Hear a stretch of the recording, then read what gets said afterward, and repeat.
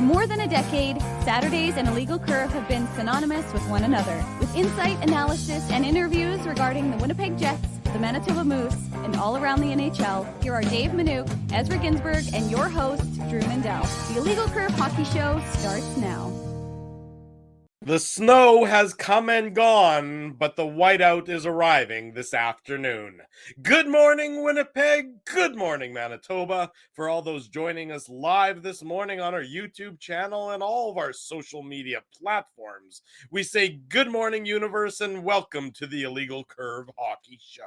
With Dave Manouk, with Ezra Ginsburg, I'm your host, Drew Mindell, here for the next couple of hours to get you ready for this afternoon's Game 3 between the Jets and the Vegas Golden Knights. We'll look back at the first two games. We'll preview today and, of course, Monday's contest. So much Jets talk to get your way. Let's get right into it. Gentlemen, good to see you both on this Saturday morning. I hope you're both doing well. I think we're doing well. I'll let Dave answer, but I'm doing pretty well. I've got the kids to myself. As you guys know, Naomi's out of town in Arizona. I don't know why I need to keep that a secret. It's much hotter than it is here. Obviously, we're not really getting a spring this year. But yeah, it's been late nights, a lot of, Ruben sleeping in our bed, kicking me all night long. So I think I've got more back problems than I had a couple of days ago. But I mean, it's going to be an amazing day, right? Not only do we have Jets Golden Knights this afternoon, you got the Winnipeg Ice and the Moose Jaw Warriors, Game 5 of their second round WHL playoff series, right? So, I mean, there's going to be lots of good hockey. The Moose playoffs are coming up. So, I mean, Drew mentioned this last week. There's no better time of year, right? Like it's the fall in October, and then it's April. The first round of the playoffs are amazing. And, Dave was joking that none of us were going to be able to run the ICOT pool sponsored by Rumors, but Dave was up. I went to bed too early to stay up for that overtime, but it's so funny, guys. I know we're going to spend a lot of the time talking about the Jets and Golden Knights, but it seemed like everybody was picking the Oilers to win in 5 or 6. And I think the Kings were saying, okay, you want to doubt us? And look, they're up 2-1. So I think, we've watched the Kings play the Jets this year. They're a pretty good team, but that series, the winner of that series is obviously going to play the winner of the Jets Golden Knights series. And I wouldn't be surprised if that's the representative from the West, because as we know, the Central Division wasn't that strong this year, even though Colorado, I think, is still the favorite. But yeah, super excited. It's going to be really exciting to, see everybody going downtown, all the white and everything like that. Dave M will be in the building. We'll be broadcasting. I'll be broadcasting from my maison in River Heights. But that's what I have to ask you, Ezzy. You mentioned that your wife's away and that you're solo parenting. You're at Dave's house right now. Where are your children? I think that was the natural follow-up question. Dave is nodding, like, yes, I think that was sort of. I mean, I know the answer, but I would also think they're that obviously running around in the backyard. I mean, I left them some granola I think gives bars. them like a bag of Skittles and just says, "Go do your thing." No, not Skittles. I mean, that's Dave. That's not healthy. I left them a massive bag of popcorn that I got at Dollarama for $3.75. So they're just running around. I mean, I tied them up, Drew, like a good parent would do. They're tied to trees. Okay. They each have a bowl of popcorn and some juice, and they'll be fine. No, we've got a babysitter. Shout out to Jenna. She's babysitting right now. Lucky, because if that wasn't the case, then I would basically be doing the show while simultaneously like feeding my children and wiping their bums and stuff like that. So that might have been too much information, but yes, we do have a babysitter. It was a lot of information, I got to say. Good morning to you, Dave. We've heard enough out of Ginsburg already, and we're only about 3 minutes into the show. So I was going to say good morning to you instead.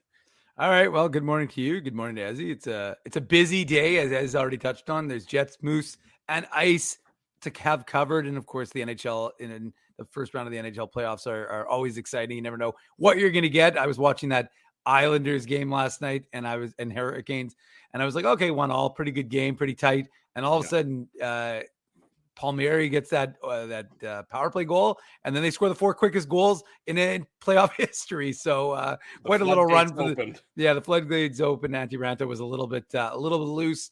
Rod the Bod wasn't too excited, but I got to give a shout out to those Islanders fans. Kind of remind me of Jets fans. Love the Islanders fans with that passion. We experienced that for Drew's bachelor party back in 2011. We went obviously to the MSG in Prudential, and then we went to Old Nassau Coliseum. And those Islanders fans, man, they're a unique group of fans. They're diehard. They are diehard. That's very Yeah, true. It yeah. is. It was a great atmosphere there in the old barn. Never mind the new barn there. But yes, there's a new barn in Winnipeg. I guess relatively new compared to the old Winnipeg Arena. But we have to talk about that because that's where the attention is going to be focused this afternoon inside the building and all the assorted street parties going on around the building as well. The Jets and the Golden Knights, they come home even. After the two games, if you're the Winnipeg Jets, and you're talking, and internally, what do you think the mood is among the players, among the team? You're obviously happy with a split. Yeah. At the same time, are you thinking, hey, we maybe left a little meat on the bone with how game two ended? You started so well in game two. So from the Jets' perspective, are you thinking they're satisfied, or you're thinking that they're still like, yes, we're happy where we are, but at the same time, opportunity was missed in game two? Yeah, I mean, I don't think you can't not say that given the fact that they had a fantastic first period where had they scored just one or two more goals, Captain Obvious, then the entire tenor of that game looks vastly different. And I suspect the Jets cruise a little bit easier to the conclusion. Instead, Laurent Brossoit was solid. The Jets can't solve him more than once. And it gives Vegas the breathing room, I guess, or the space to get back into that hockey game with simply one goal. So that was the unfortunate part for the Jets. Honestly, I really do wonder, and I mean, I'm not trying to make excuses for the team, but they look gassed to me. They really did. It was almost as if they played such a perfect hard game in game one, knowing how critically important it was to kind of set the narrative. And the problem is, of course, that Vegas is the first place team in the Western Conference. And I know that their underlying numbers haven't been great, but the fact of the matter is they're still a 111-point team, and they still have some phenomenal weapons on that club. And the fact is that you knew that Vegas was going to come out and they couldn't afford to be down 0-2 coming back to Winnipeg, knowing that the likelihood of them sweeping Winnipeg isn't high. Mm-hmm. And so therefore you knew that they were going to have that push. It seemed inevitable. And to me, I do wonder if Winnipeg just played such a good first game and put so much effort into that first game, they just didn't have it left in the tank. And I'm not trying to make excuses. Right. Just to me, you watched Mark Scheifele, you watched Pierre-Luc Dubois, you saw the effort level in game one. And it's not like these guys are going to be like, I don't give a shit anymore. I don't have to try, or we've already won game one, so we don't have to worry about game two. We got this in the bag. So there's got to be some other explanation because, like, to me, Pierre-Luc Dubois was actually the more egregious of the two because he was so effective in game one and he was such a bull in the china shop in game one. And then he wasn't that in game two. Whereas Mark Scheifele, there wasn't a significant drop off from what he had been in game one to what he was in game two. I think that's the biggest question going into this game. In addition to, I'm sure we're going to touch on Nick Ehlers' health, which we're not going to. Dave mentioned this in today's morning papers on illegalcurve.com. That's my first shout out for our website. But we're not going to know until probably 2:30, right? Like we're not going to know. 12:30. He's speaking. 12:30. That's what I meant to say. Yeah, he's speaking at 12:30. But there's a good chance he might say game time decision. Right? Oh, yeah, we'll see. So you're right. 2:30 warm up. 2.5 hours later. No, you're right. 2:30 warm up is when you'll 100% know if Rick Bowness doesn't give the heads up. And you're right, Dave. He could let us know. I mean, you would think that they would know 2.5 hours before the game, guys. Like I don't think anything. I think they know Ezzy. They know already if he's going to be playing. Yeah, I would agree with that. I would 100% agree with that. It's just exactly like Dave said. It depends if Coach Bowness wants to tell us, right? Yeah. But I think that is the biggest question mark. Can the Jets? Is that sustainable the way they played, guys? Because Laurent Brossoit was better in game two. There's no doubt about it, right? Mm-hmm. But just look at the shots, right? Like the Golden Knights had more shots in the second period than they did in the entire game in game one, right? Like that's all we were. That's not all we were talking about, but that was a big focus. I mean, the Jets exploded for 5 goals, but they also they put on a master class on how to play defensive hockey, right? And then you look at game two, and we talked about Vegas's 5th goal on the Mark Stone goal where. It was William Karlsson dug up. Was it William Karlsson dug up the puck? No, it wasn't. I forget who it was that dug up the puck for Mark Stone on his 2nd goal, the 5th goal. I think it was William Karlsson. It was Karlsson. Karlsson was credit to Stone coming down off the bench and coming down with the head of speed. Yeah. That's because I only got 4 hours of sleep on Thursday night, Drew. So I appreciate you helping me out. It's the cobwebs are definitely in my mind right now and probably always. But that is the question, right? And then again, like off the face-off. right? I'm talking about the Chandler Stevenson goal, right? Yeah. Where Scheifele is just a little bit soft, covering him in front of Connor Hellebuck, right? Mhm. So like the Jets, the defensive effort, Dave, was not similar to what we saw in game one. Game one, like you said, that was how you want to play, and that's how you're going to have to beat Vegas. Like Vegas is like, the Jets can play one or two good periods and beat the San Jose Sharks, right? Like they did, towards the end of the season. I think that was the third last game of the year, or when they played the Nashville Predators, right? Like you can have one good period or 1.5 good periods, put in 2 or 3 goals, and you're going to win the game. You're not going to be able to do that with the Golden Knights, especially now that we know that Mark Stone is basically, back to close to 100% health. Like he had 2 goals and 3 points in game 2, and he wasn't a factor in game 1. So obviously, you're going to have to shut down the Chandler Stevenson, Mark Stone, Brett Howden line. I'm sure he's going to have some family in the building. But the big thing, guys, in game 3 is going to be the energy and how the Jets feed off of that and how they control their emotions. Like the Jets have struggled a little bit at home in the playoffs, not so much in the regular season, but I mean, this is a crucial game. Everybody knows that. The Jets can still lose this game and win the series. But obviously the Jets want to win both of these games and put Vegas on their heels going back to Nevada, right? But that's absolutely, Dave, I agree with you. They didn't look as fast, and they were just giving up way too many high quality chances, especially in that second period when Vegas had 20 shots on net. Let me ask you this, Dave M, as we're sitting here, game 3 later this afternoon, post-game show, of course, right after the game here on our Illegal Curve YouTube channel, as per usual. From your perspective, who do the Jets need to step up in today's game? I think the obvious answer, based on the performance in game 2, is probably Mark Scheifele. But, is there somebody else that you're sort of keeping an eye on that you're saying, they need to be the catalyst for this Jets team? Their performance will dictate whether or not, this Jets team will end up as a victory or end up as a defeat, this afternoon against the Golden Knights. Yeah, Drew, you might have heard his name, Mark Scheifele. Yeah, okay. No, I mean, it's true. Mark Scheifele and Pierre-Luc Dubois are the 1-2 punch that the Jets need to have firing, because you've loaded up your top line with Kyle Connor, of course, as well. And defensively, we know that's not going to be a significant defensive line, really. And so they have to produce. And look, I said this before the playoffs began, that the only way you're always going to need Connor Hellebuck to be Connor Hellebuck. But he, generally speaking, is Connor Hellebuck, so you don't have to worry about him. But Mark Scheifele is the biggest question mark for me going into this series, because if you get 2018 Mark Scheifele, where he scores 10,000 goals against the Nashville Predators, I mean, that's what Mark Scheifele is. Like, look, Mark Scheifele's not there to be Patrice Bergeron defensive, Anze Kopitar to be really good defensive center and to keep goals out of the back of the net. He's there to score goals. And if Mark Scheifele's not on the score sheet, then what exactly is Mark Scheifele doing as your top line center? Top line right winger. But so ultimately really, I'm sorry, Dave, it's still really weird to call him that. I mean, I still think he'll eventually go back to center next season. I don't think he's going to be, I could be wrong, but you usually don't play 10 years in the NHL and then just all of a sudden become a winger. No. And so, look, I'm not going to put this on Vlad Nemesnikov, or I think Adam Lowry has been significant in the playoffs, obviously, as has Nito Niederreiter and Mason Appleton. And, Kevin's the fourth line's been good.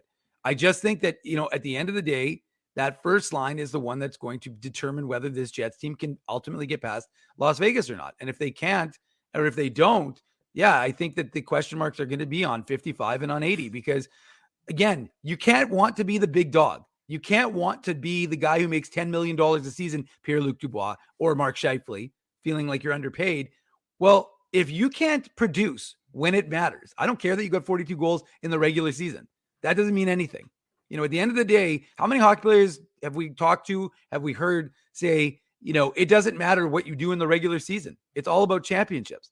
Well, at the end of the day, if you can't perform in the playoffs, then it doesn't matter if you're a great regular season player. That's fantastic. History is littered with guys who were great in the regular season, and then when they needed to take their game up a notch, they weren't able to do so. So for me, it's going to be Mark Scheifele as your number 1, Pierre-Luc Dubois as your number 2, and really it begins and ends with those two. And Dave, you can back that up with all the championships rings you have from the House of Ashkenazi. So Dave is littered with gold. He was a playoff performer, let me tell you. Yes, Dave always elevated his game in the playoffs. So Dave walks the walk. He doesn't just talk the talk. But I mean, and you're right, Dave, because Kyle Connor should have had a couple goals probably in that game, right? And Scheifele did make that nice pass in the neutral zone off that turnover, right? That little backhand that sneaky pass that led to the breakaway, I guess if you want to call it that, the one-on-one when Connor went in and he was obviously stopped by Laurent Brossoit. But Scheifele doesn't have any points in the first 2 games. So you're absolutely right, Dave. Kyle Connor has been driving the offense. He was, I thought, easily the Jets' best forward in that game. Like Adam Lowry was great. Obviously, Kevin Stenlund, the fourth line, they contributed. But I thought Kyle Connor, especially in the first couple periods, right? 8 shots, like it was ridiculous what he was doing. So they need Connor it's a given that you're going to rely on Kyle Connor, but he's been the best of those 3, I guess is what I'm trying to say. Dubois and Scheifele were better in the first game. Obviously, Dubois left his mark on that game, but yeah, I mean, and it's going to be interesting, guys. I was just kind of thinking, like, if you're Coach Bones now and the Jets coaching staff, not just Rick Bowness, but who do you want now that you have last change? Who do you want? And it's kind of hard to know, like, is it, is he going to look to line match? Because you definitely, as far as I'm concerned, you don't want the Dubois, Scheifele, Connor line going up against the Mark Stone line. That line is playing really well right now. Stone's a great defensive forward. I almost think you want to match up top line versus top line. Obviously, the top line for Vegas being Jack Eichel, Jonathan Marchessault, and they've got Ivan Barbashev there now. Because the second line, that's also a pretty good defensive line with Carlson Smith and Phil Kessel. So, I mean, yeah, Kessel's a little bit slower. So maybe, if you're Bowness and the coaching staff, do you want the Scheifele, Dubois, Connor line up against that line? I'm not sure, but I definitely don't think you want him, necessarily Dubois going up against Chandler Stevenson's line. That's just my opinion. You talk about the line matchups, and yes, the Jets do get that advantage now. Is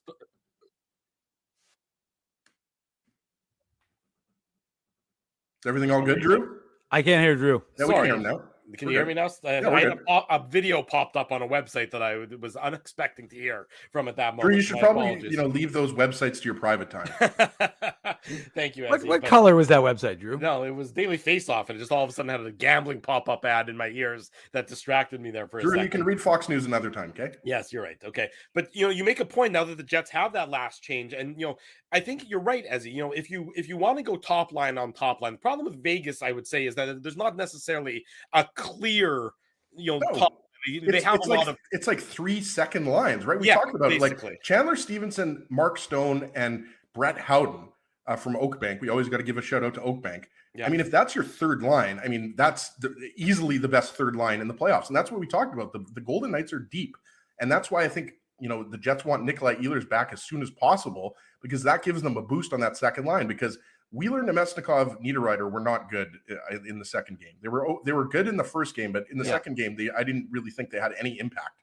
But what I was saying, so if you go with the Jets top line against the Golden Knights top line, the Barbashev, Eichel, Marchessault against Connor, Scheifele, and Ehlers. Well, you tell Dubois, you go neutralize Jack Eichel. That'll be that's your responsibility. Obviously, that's who we want. That's who we want you to take advantage of. And then you tell Scheifele and Connor, look, you can do your thing. You can try and perform offensively against Barbashev and Marchessault, and maybe your defensive responsibilities are a little bit easier there. Maybe Scheifele is able to get going because Marchessault and Barbashev, both very good players, both very intelligent players, but they're not Mark Stone. I mean, I don't think that they're not going to say that they're as good as Mark Stone defensively if you were to ask them. So maybe that frees up Scheifele to get a little bit more time, a little more space to be able to get some of that creativity going, get some of that offensive touch that he's known for, that he got 42 goals this year, but that he's been kept off the score sheet so far. I mean, it's not like he played poorly in game 1. Game 2 wasn't a good one for him, but it's not like he's disappeared or anything. The Jets need to just get more from him, and I think they should be able to do that now that he's now that they get last change, and now that they can sort of free up to get him on the ice against who they want him to get against to, Dave. Well, yeah, and the idea is that hockey can be a chess match, right? Yeah. And so the whole point is, unless you're playing 3D checkers or whatever it is, but the fact of the matter is that you really need to be, that's kind of what Rick Bowness did in game 1, is that he got matchups that he wanted, and then he kind of outcoached Bruce Cassidy to a certain degree, because really he was able to kind of get the guys in that he wanted. And it just, again, that flow wasn't there in game 2. But as he's right, I mean, you have last change. You have the deciding factor as to who you want to see go up against whom.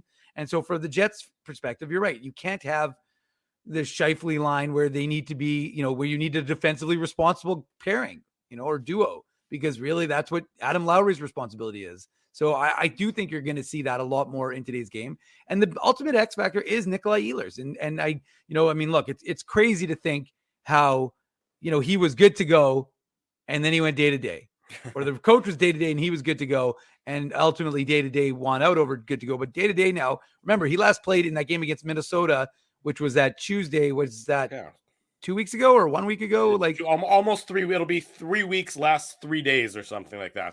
So I mean, guys, a fairly, he's okay, we're just going to give him some rest, is looking a little bit more significant than how it appeared before. And that, I'm not a conspiracy theorist, but when you saw Nikolai Ehlers after the game, you thought he didn't look like he was in great shape, but he was practicing. And as Mike McIntyre of the Winnipeg Free Press asked yesterday during the media availability, why was he wearing a regular jersey if he's still not 100% capable of doing that? Mm-hmm. I thought the interesting thing from Rick Bowness was he essentially said the team knows that he's not great. The answer didn't make a lot of sense. It didn't make a lot of sense to me. To be honest, I think what the answer was, I think really, Dave, what it was, and this is not a conspiracy theorist. I think what they did was they had him in a regular jersey so that they thought that he was going to come back. That's what I don't know if you guys. No, I agree with you. That went through your minds, but like. Yeah, it didn't make sense. Like, we know that he's injured, so nobody's going to hit him. Like, okay, yeah, but it's a lot. I mean, first of all, the whole idea of you would have Cole Perfetti in a contact jersey as well. Well, right?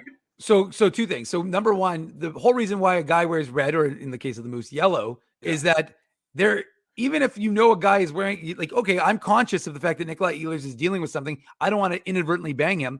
But the reality is, when you're in hockey, fast game, you turn around, you see a guy, you don't necessarily think, oh, that's Nikolai Ehlers. You think, oh, there's a player and he's wearing a regular jersey, and therefore there's a possibility. Like, it didn't make a lot of sense. And then the other thing, as he quickly was with respect to Nikolai Ehlers, because I thought his comment with in that regard was somewhat interesting, because he basically made it sound. I'm not going to say I'm going to direct quote Rick Bowness, not paraphrase.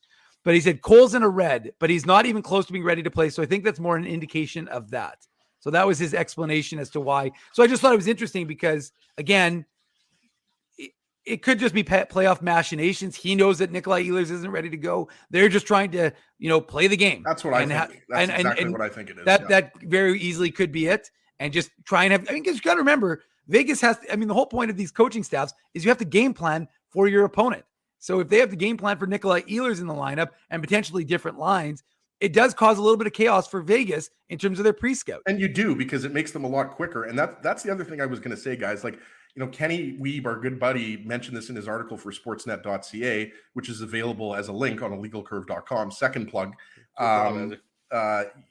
He mentioned that, the Jets were slow, and you could say that the Vegas was slow in the first game, but really, like, what was the big thing that the Jets had going for them in game one, in addition to just overall how good they played defensively, is that they were pressuring the Golden Knights all over the ice, right? Aggressive forecheck. Mm-hmm. And Josh Morrissey mentioned this, Dave, another quote that's available on illegalcurve.com. He talked about, we're a good gap team.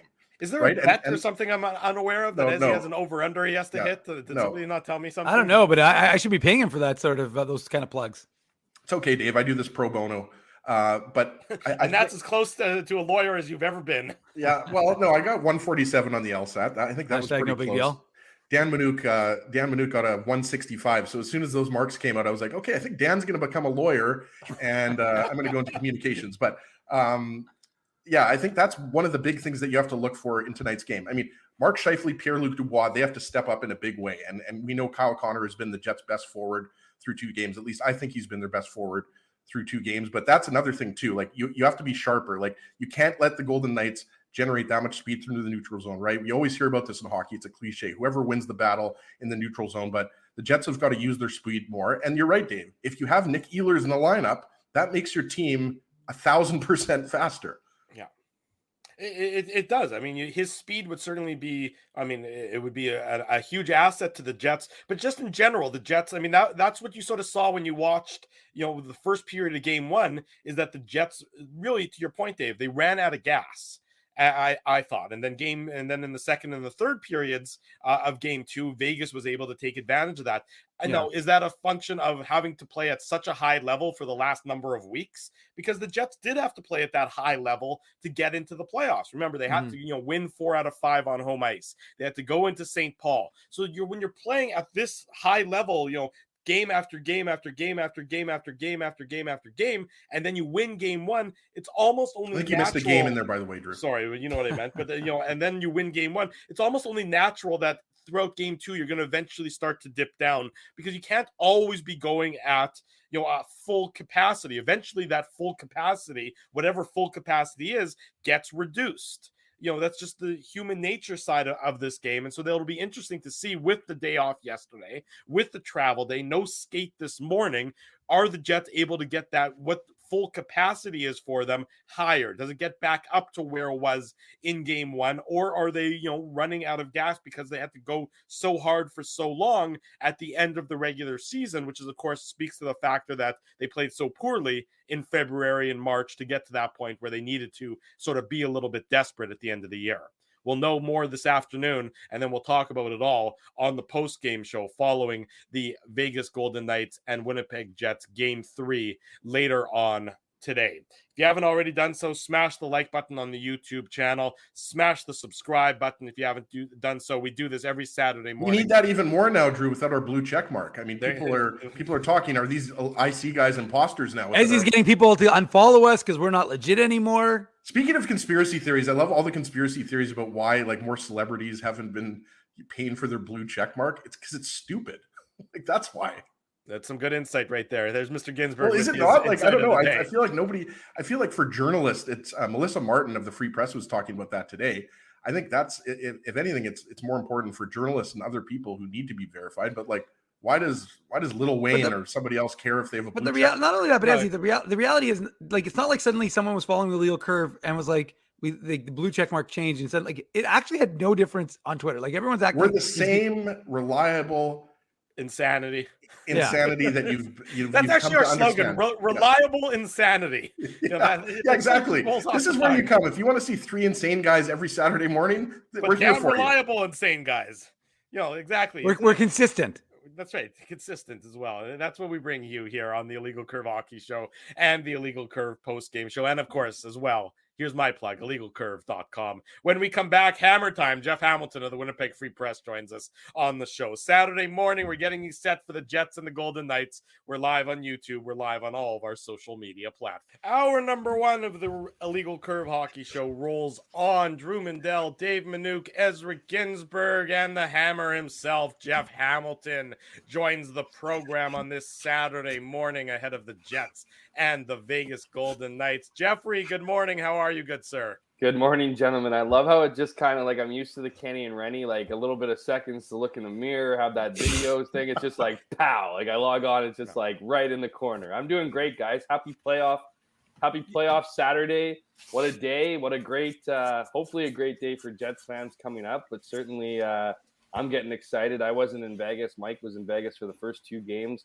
It's going to be, it's nice to see this playoff series head back to Winnipeg, and looking forward to what should be a solid game 3 here. Let's go. It should be a solid game 3. The atmosphere is going to be, of course, through the roof, as it always is when the whiteout is going on and the street parties and everything else. Nice to see. It'll be great to see, 20,000 plus people. Hammer's actually going to have armed escorts as he walks into the arena through the whiteout. It's just no. God, look out. Don't touch this guy. No autographs, no pictures, okay? Right, yeah. Nothing for a small fee to your favorite charity. There you go. Nice at least you're giving it to charity. That's very generous of you. I thought. Then explain your Cameo account. I'm not sure what's going on with that. Then, Jeff, you're charging $500. Hey, Drew, let's not start rumors. Let's not start rumors that I got any sort of Cameo.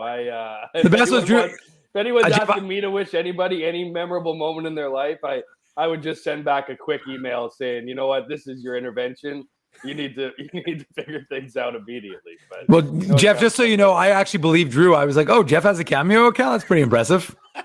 Exactly. With his delivery, I almost believed him for a second, and I said, "Wait a minute, that's me." I was searching you up. I'm like, okay, for Ezzy's birthday in July, I'm gonna have to get him a Cameo from Jeff. It'll be fantastic. Well, Jeff, and a lot of people don't know this, but Drew has an OnlyFans account, and it's actually just his wife, Laura. He only has one fan.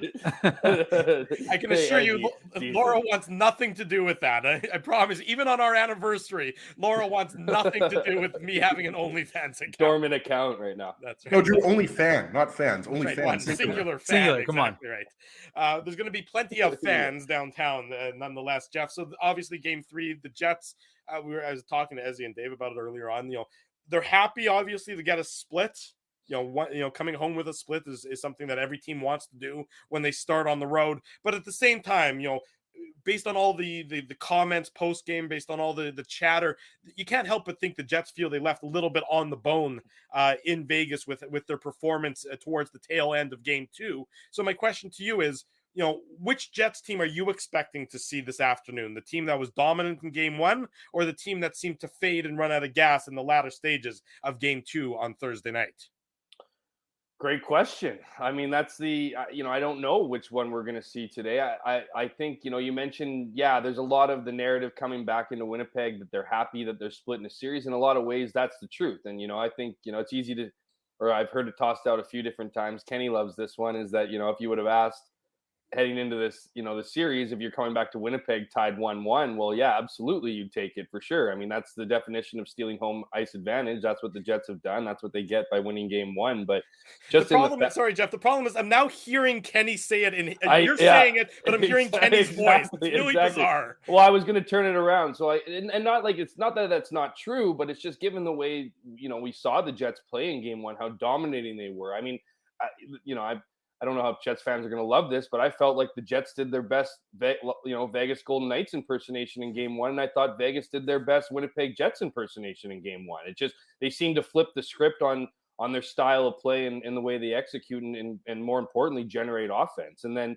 so I think you have to be a bit disappointed, but no one should be thinking that the Vegas Golden Knights, who finished first in the West, who battled through, injuries, both in their crease and outwards, missing guys for long stretches, still managed to, find their way to the top of the West, was just going to lie down and let the Jets roll over them. I mean, I think a lot of people thought that in the first period. So I guess of that second game, I guess the question is, can the Jets replicate the first 4 periods versus the last 2? Mm-hmm. And I think there is going to be a lot of energy in this game. I think you're going to see a massive push. I think that's, while obviously a disappointing end to game 2, I think there's something to be said about the Jets' first period because, those of game 2, because the narrative is always, this team can't handle success. This team, reads their own clippings. This team gets it, buys into their own hype far too much. And that often results in a slow start. I thought the Jets, were able to whatever they were able to generate in game 1, they were able to bottle that and start that in game 2. That needs to start in game 3. And I think what's critical for this team, and they got this in game 2, obviously, was that early lead. They don't want to play from behind, but just the boost from the fans. I think that's going to be, something the Jets have been looking forward to for a long time. Certainly fans have been looking forward to a long time. And I think that's going to be the edge in this one, and why I think heading into this one, it's no longer about what you did in game 1. It's your response from game 2. And I think that's going to tell a lot about the Jets, and this game could very well help dictate the series. We talk often, it's just one game, and that was certainly the case after game 1. That's certainly the case after game 2, where it's just one loss. But you start getting behind after the original games, and that's when you look at the percentages. That's when you look at momentum. That's when you look at teams looking to step on other clubs' throats. This could very well be a 7-game series. This could be a 5-game series for either team. It's just, that's how it's played out the first 2 games, and we'll see what happens in game 3. So Hammer, we're not going to find out if Nick Ehlers is playing until 12:30 at the earliest. That's when Rick Bowness is going to speak to the media, and he might not tell us at that point, just to keep the uncertainty going there. But the question I wanted to ask you is, does Nick Ehlers, is the logical place for him to go back is on the wing, and then it's the Ehlers, Nemesnikov, Wheeler line again. So I guess, 2-part question. I mean, do you think we're going to see Ehlers back in the lineup tonight? I mean, it's I think a coin flip at this point. I mean, we don't really actually know what the injury is. I think, there was some speculation because of the nature of the hit from Ryan Hartman. It was a concussion, but I don't think he would have been back on the ice that quickly if it was concussion. And then obviously I'm playing, doctor speculation here, Hammer, but I guess where do you see him just going back into that, wing spot on the second line? And I guess what are the likelihood that we're going to see Ehlers in today's game, and what type of impact can he have considering that he's been off for roughly a week? Well, yeah, I think he does play today. I mean, just, 2 games is probably enough. I have a hard time thinking it's a concussion to your point, as, I mean, they talked about how he cleared concussion protocol. Like, I don't think they're sitting around now waiting. I mean, we know with head injuries, things can prop up, things can happen.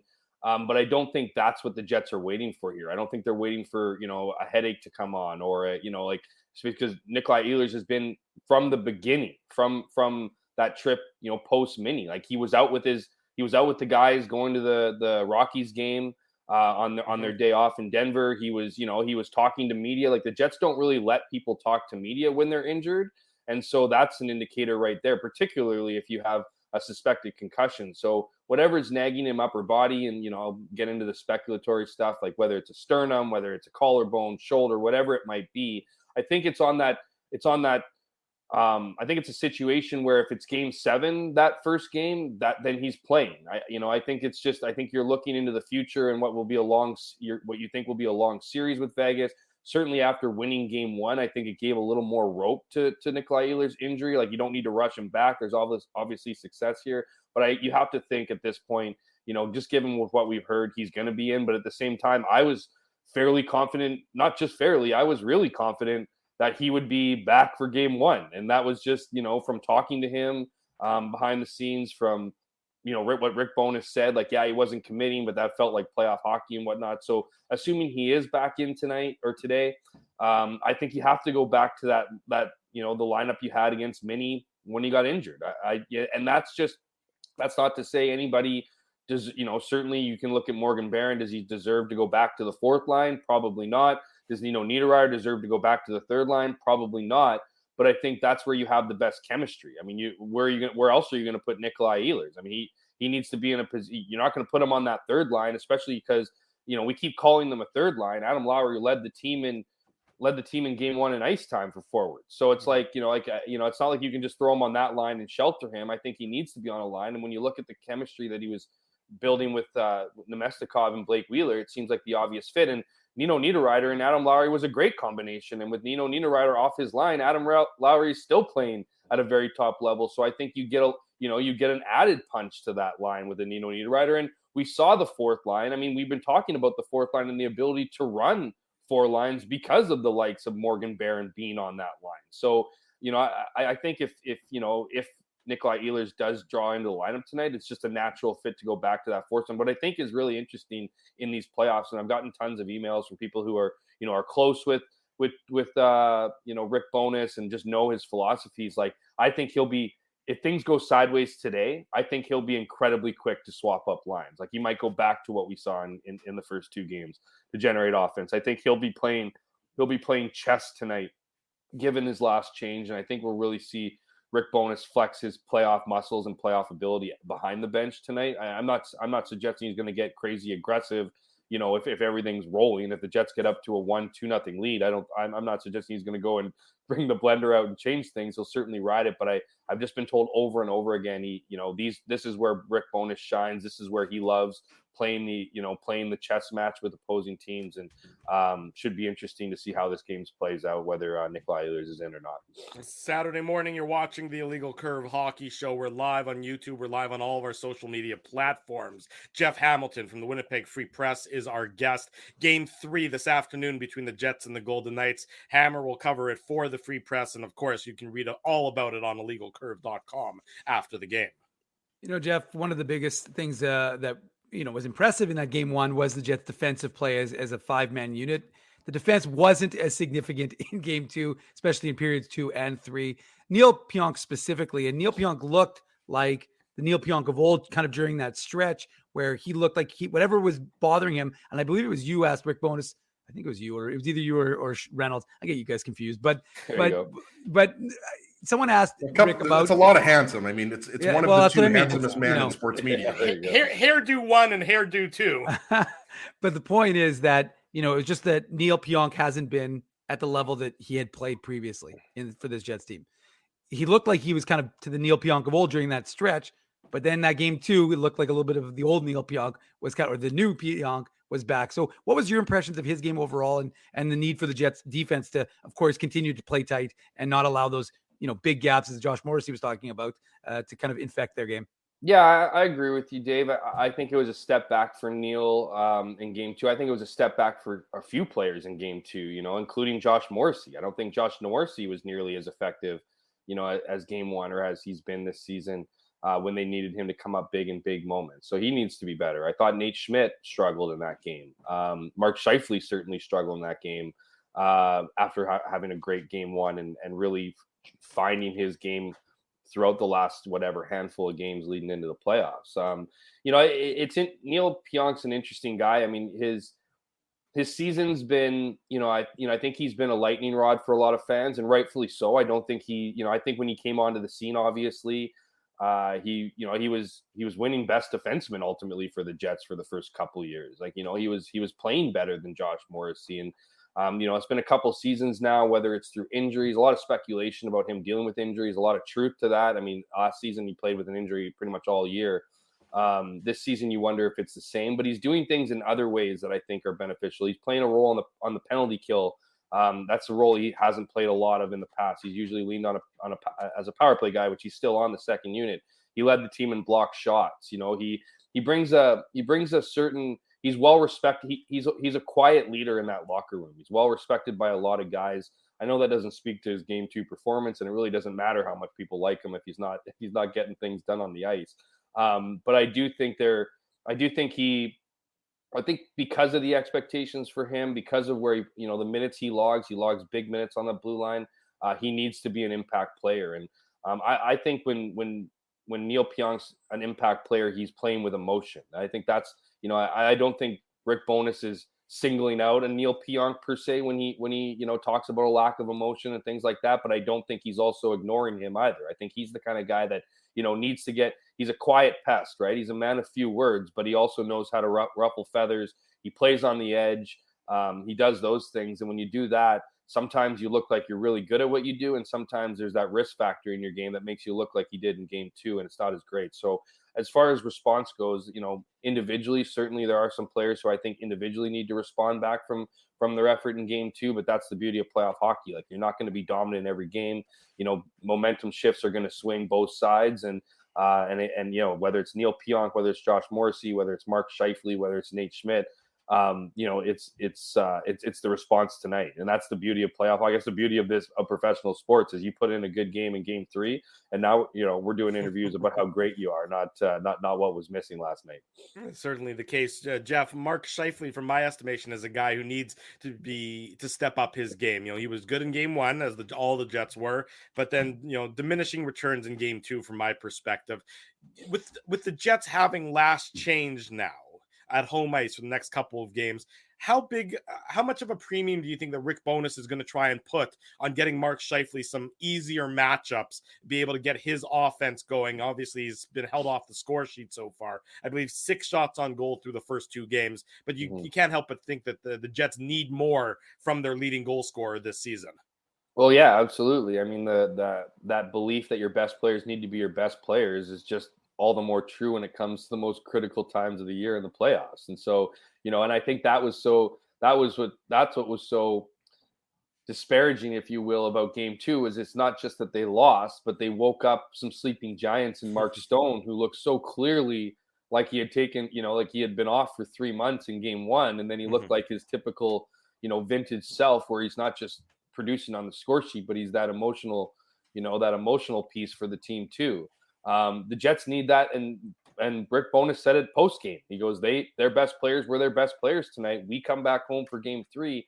That needs to be the situation for us. And there's no person more important in that equation than Mark Scheifele. And so, he gets a lot of criticism, probably unfairly, fairly in some cases, sure.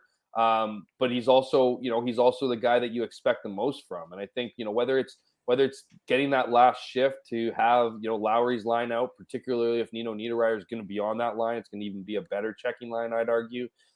Whether you're going to have them out against the top line, that's just going to naturally open up, opportunities for your other forward lines to play deeper down the depth chart. The fact of the matter is, if you're on a line with Mark Scheifele, Pierre-Luc Dubois, and Kyle Connor, you better be dominating other teams' lines. And you can make the argument, doesn't matter if it's the second or third line, they should be doing that against the first line. If these guys are what we're, are what we're led to, believe to be, especially for guys who are coming up on contracts and wanting to get paid double digits and everything, like, this is where you shine. This is where, and I thought that's why this playoffs was so fascinating, was like, not only do I think a lot of these guys, whether it's Mark Scheifele, Pierre-Luc Dubois, Connor Hellebuyck, guys, Blake Wheeler, guys who we know days seem to be numbered in this city. Like, this is not only where you cement your legacy in this city, this is also your biggest sales pitch to other teams, is showing up in the playoffs and, doing damage, to suggest like, that, well, you're up against the top team of another club. Like, oh my goodness, well, you're the top 3 players on this team, 2 of which want to get paid double digits in their next contract in millions per year. You better be taking over series. Like, you shouldn't be looking at, a Stone, Eichel, Chandler Stevenson as like a daunting task. You should be up for the match. The good news is you're probably not going to have to do that, because you got a checking line in Adam Lowry and company who have been playing great hockey. And so that's all the more reason for that line to be dominant against a team, having to play against the team second, in some cases third line, in some cases fourth line, depending on how Rick Bowness can work last change today. And Hammer, you mentioned Lowry there a couple times, and I need to go back to Lowry because after he scored the couple goals in game 1, obviously added one in game 2. I mean, a lot of Jets fans were talking about just give him the C right now. And I think you would agree that, it's really between Lowry and Morrissey in terms of who's going to be the next Jets captain. But I mean, we're not going to talk about that because I think that's pretty obvious. Lowry for captain next year. Yeah, exactly. I think, it's Morrissey. It seems like an off-season conversation that exactly. we can delve into over and over. But just the way he's playing, right? 3 goals through the first 2 games. And obviously, like, the game against Minnesota, drops the gloves with Reeves and handled Reeves pretty well, actually. But, scored a goal in that game, scored a goal against San Jose. He was excellent down the stretch. And for a guy who was criticized, towards the end of the season for, that goal scoring drought, I think it was, what was it, Dave? I think it was like 20 games. Was 35. It that long? Yeah, it was 35. Yeah. So, I mean, and he just, like, I guess, like, this is your opportunity, Hammer, just to, praise Lowry, because again, he's 30 years old. He's been in the league for a long time. He's been doing this for a long time. But it seems like if the rest of the Jets, and I'm not saying that, the Jets have played poorly, because I do think they've won 4 of the first 6 periods in the series. But it seems like if the Jets are able to follow his lead and match his emotional level and match his intensity, I mean, they should have no problem beating the Golden Knights, because I think you could argue this is the best hockey we've ever seen Adam Lowry play. Yeah, I think you can certainly make that argument. It's interesting. We've had these conversations a lot, obviously, as a lot of people have looked at Adam Lowry as being the catalyst, along with obviously Connor Hellebuck, for this team's resurgence late in the season, right? Coming up with big goals, obviously playing his critical role on the penalty kill, showing up, being that emotional lightning rod too, as much like, Mark Stone is for Vegas, sticking up for his teammates. I think I think that was a massive game for Adam Lowry against Minnesota, where, he scores that opening goal. He chips in with a fight at the end, sends a message to his teammates that we're in this together. One that you'd think that wouldn't necessarily need to be hammered down, but I think it was imperative for this club that, they got some of those good vibes heading into the playoffs. Adam Lowry's been nothing short of just exactly what Rick Bowness wants out of a hockey team. And I'll say this for sure, Adam Lowry is built for the playoffs. His style of hockey is built for the playoffs. His style of hockey is built for the structure that Rick Bowness wants to enact. He has the ability. One of the few, I was going to say one of the few guys on the Jets. I just think he's one of the few guys on the Jets who can bring that consistency to that game for as close to an 82-game season as any NHL head coach would want, right? Because the reality is what Rick Bowness is asking the Winnipeg Jets, the way they're constructed as a team, very similar to what Paul Maurice was asking, was that heavy defensive first style game is not an easy and fun game to play all season. And and the fact of the matter is Adam Lowry would, while he wasn't scoring and certainly deserved criticism throughout that time. I mean, you can't be a third line centerman and go that long without chipping in offensively.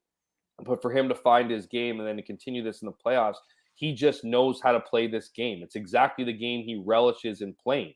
I don't think a lot of guys and I'm not picking these guys out because, they're, like a Kyle Connor. Kyle Connor is not a greasy, go to the net, chip in, punch a guy, that's just not his style. He just wants to show us those edges. Right. And to demand, and rightfully so, and to demand that kind of style of hockey, 82 games, it's just not going to happen. It's not going to come at nearly a level of consistency as an Adam Lowry. And so Adam Lowry now gets into this playoff, and this is what he's used to. This is what he wants to do. This is what he craves, is that hard-hitting, tight-checking, battling game. And for him to be rewarded offensively in the way that he has just been, some added, certainly some needed and critical, but added benefit to the Jets to his game really this season. Because you'll hear Adam Lowry say, I mean, he's not saying he shouldn't be chipping in, but that's how you win in the playoffs, is getting contributions in areas where you don't necessarily expect them. Like, people expect Adam Lowry to kill off penalties. They expect him to check the other team's top line and keep them off the score sheet. They don't necessarily expect for him to be scoring goals. And so when you can get contributions like that, as consistently as we've seen Adam Lowry, that's part of the game where you want some other players to do, things where they necessarily aren't expected to do. You want Mark Scheifele to throw a big hit every once in a while. He's not expected to go out there running guys. You want Mark Scheifele to play strong, defensively minded hockey. You want him to play a shutdown role in other ways. And I think what the difference is between, those two players, is that a lot of the higher end skill on Winnipeg, when things aren't going right offensively, they don't know any other way to contribute. So often they're cheating the game. They're finding different ways to get to a point where they know they're expected to do this. And that's what they bring to the table. Adam Lowry, even when he went 35 goals without scoring, found other ways to be a contributing member of the lineup. And it does, and it can be done within Bonus's defensively minded structure. And so that's why I think even when Adam Lowry wasn't scoring, he was still a valuable piece. And on the flip side, when guys like Kyle Connor aren't scoring, when Mark Scheifele isn't scoring, when Pierre-Luc Dubois is a little bit different because he brings a bit of nastiness and other physical elements, so he can do that. But when other higher end guys aren't scoring goals, Nikolai Ehlers included, they become a little less impactful on the ice because they don't necessarily have other tools in their tool bag to exercise outside of being critical scorers on this team. Well, Jeff, heading off the ice and heading down the street to the street parties that they're going to be hosting here in Winnipeg. The whiteout is back, and I know folks are excited. But when you look at what's happening in Edmonton, and when you look at what's happening in Toronto, and you look back to 2018 when they were at its kind of organic self, and there was not as structured an event. Do you think that this is going to be as impactful as it has been? And I'm not asking for your analysis on a street party and the effect of a street party, but I'm just saying that it just seems to me that they've lost kind of the soul of what the street party was, when it first kind of came about, and it was so chaotic. And I look at some of the photos from our photographer, I'm sure the Free Press photographers, and you see how incredible they were to see blocks of Winnipeg, just taken over by the fans. And now to have it limited to 5,000 down on Donald and 1,000 in the plaza. I don't know. To me, I don't know if it's going to have the same, maybe it will, we'll see what the visuals look like, but I don't know if it's going to have the same impact as when it was kind of early on in its history. Yeah. It's an interesting question. I remember taking in some of the early parties, and I just because I was covering like the party, like I was like trying to bring some kind of color and analyzing to the party. And I'll be honest with you, it had a perfect mix of like playoff, like anticipation, excitement, anything can happen. And then it had a feel of like downtown Winnipeg, unpredictable, and anything could happen. So it was like these two worlds were colliding. And party hats and Kevlar vests is basically what you're saying. It felt like on the cusp of anything. Like anything could have happened. It could have been jubilation, could have been civil war. Like I just felt like it just felt really like whatever. And I mean, I also think, and I'm not defending the restrictions of parties. I like the overflow. I like that passion. I like all those things.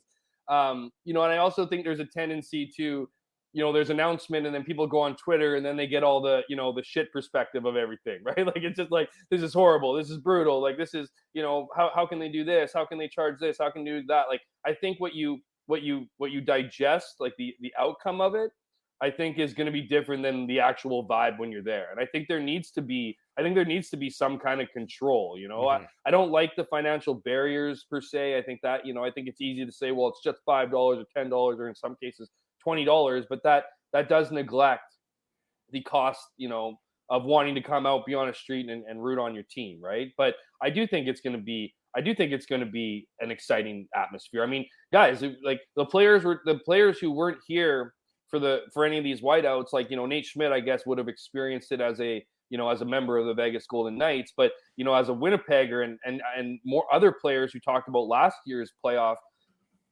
series, or sorry, 2 years ago playoff series, my mistake, against when no fans were allowed in the arena, they could hear the crowd outside. Like, you could hear the building shaking. There was a presence outside of Canada Life Center. So that was a year that they didn't even allow fans inside. They weren't orchestrating mass parties outside. So I think we are going to see some major energy. I think we are going to see a really cool scene. And then you factor in the whole point that I think people need this, right? People wanted this for a long time. You know, COVID has affected everybody's social life to a certain degree, to varying degrees. And I think this is kind of the opportunity to kind of let it rip, let it out. So for all those reasons, I only think that it would. I think it's going to be a great environment. I think it's going to be something that's exciting. I think it's going to might be a little more tame than we're used to. But again, I don't necessarily think that's a bad thing. All things considered. But like you said, it's downtown Winnipeg, and when you throw in the alcohol and it's an afternoon game, I think and look at. I mean, there's always going to be. There's always the chance that there's going to be stupid people. But going back to that 2018 run, from what I can remember, Jeff, I mean, you might know better than I would. You probably do. I don't think there was anything that happened that was too bad, aside from, a few drunk people. But you're absolutely right. Whether it's 5,000, and the other thing too is, there's going to be mini whiteout parties across the province, right? So like, just because you're not downtown, I mean, the downtown energy is one thing, right, boys? But the Jets know that there's people watching everywhere. Around the world, really. But yeah, downtown, it's definitely going to provide a boost. The buzz and the energy, it's really incomparable. The Jets and need obviously to in the capitalize on building it. is a different thing. I mean, we've all been in that building for whiteouts, and we know it's the best. There's nothing better. I think the fans there's no better fans in the entire league, and it's going to be incredible. We just hope that nobody does anything stupid.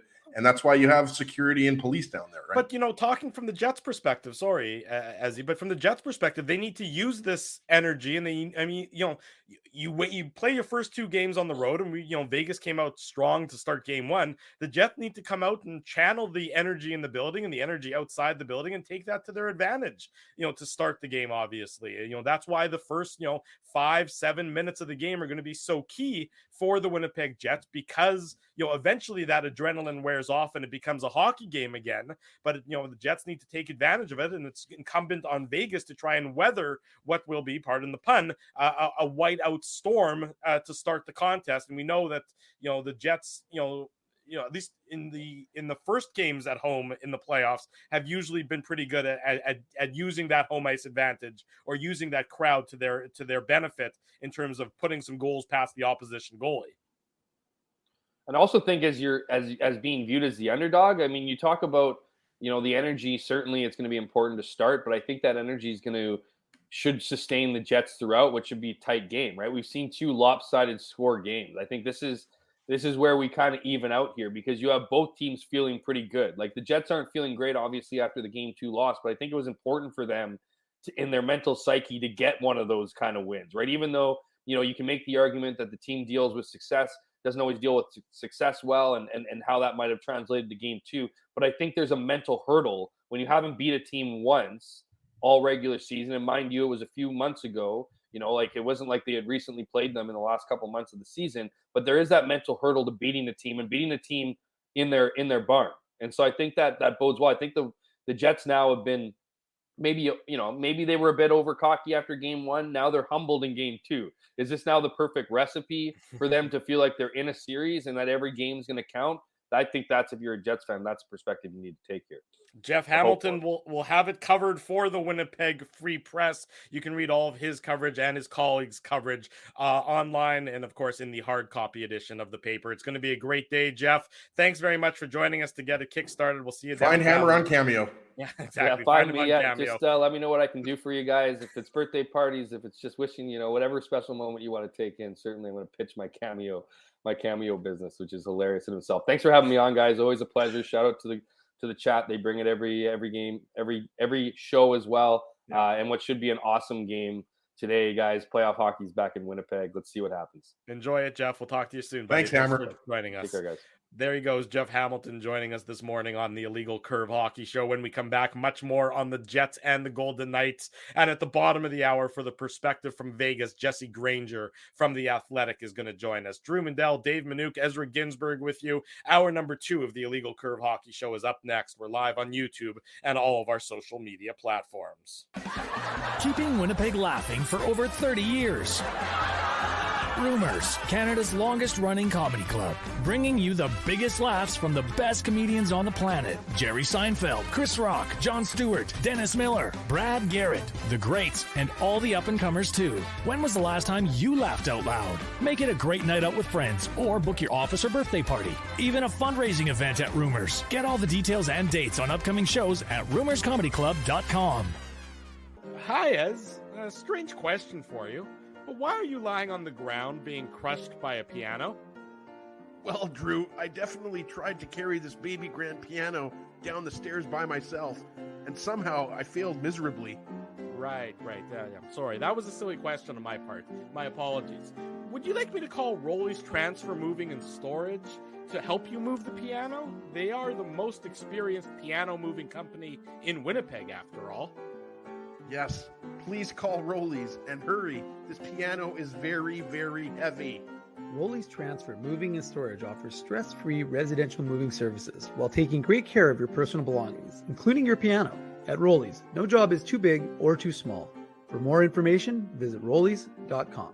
Hi, it's Drew from Illegal Curve here. Selling your home can be stressful, but it wasn't for me. Thanks to my friends at Zappia Group Realty, they made the process so easy. My home sold within 48 hours and with multiple offers. Zappia Group Realty took care of everything with their exquisite customer service and attention to detail. If you want to sell your home for more in less time, get started by talking to Frank and Mauro Zappia of Zappia Group Realty. Online at zappiagroup.com.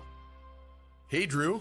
Ezzy, whoa, what a smile! Yeah, I got my crowns done at Linden Market Dental Center, and they whiten my teeth. I see. They're so bright that every time I smile, they go...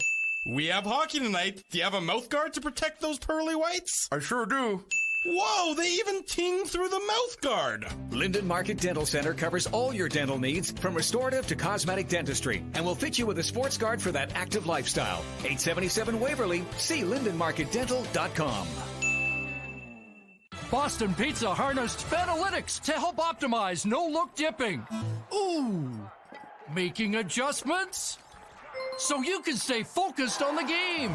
The playoffs at Boston Pizza, powered by Fanalytics. Big thanks to Jeff Hamilton for joining us this morning on the Illegal Curve Hockey Show. Jeff, obviously, always full of insight and analysis.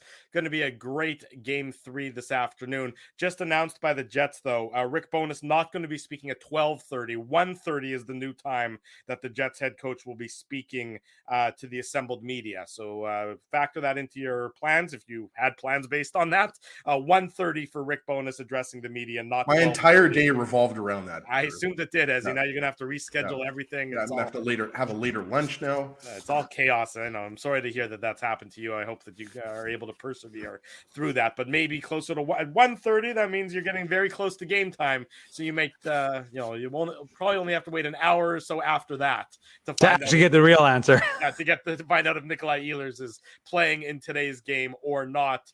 Gentlemen, I have to display the T-shirt that I'm wearing. I mentioned it on Twitter. I teased it on Twitter. I'm going to stand up and show it to everybody. As you can see, that T-shirt says "Cocaine Bear." What does it say? The real party animal? Ultimate party animal. What does it say above Cocaine Bear, Drew? Kentucky for Kentucky. That's the name of the clothing company that I'll be honest right now. Most of the time, I would never want any clothing of yours because I think you're actually a pretty poor dresser. But I think when it comes to I'm obviously joking. Drew's a very good dresser, much better than my combination of wife beater with ketchup stain and sweatpants. But I gotta say, I don't wear wife beaters, by the way. I want that. I don't think you're allowed to say that anymore. I'm pretty sure you're not allowed to call them that anymore either. Okay, so domestic violence. Domestic violence. You're looking for. Yeah, obviously, yeah. That you're right. I'm not promoting domestic violence, of course. That's just what they're called. So, but you're right. I should not be calling them that.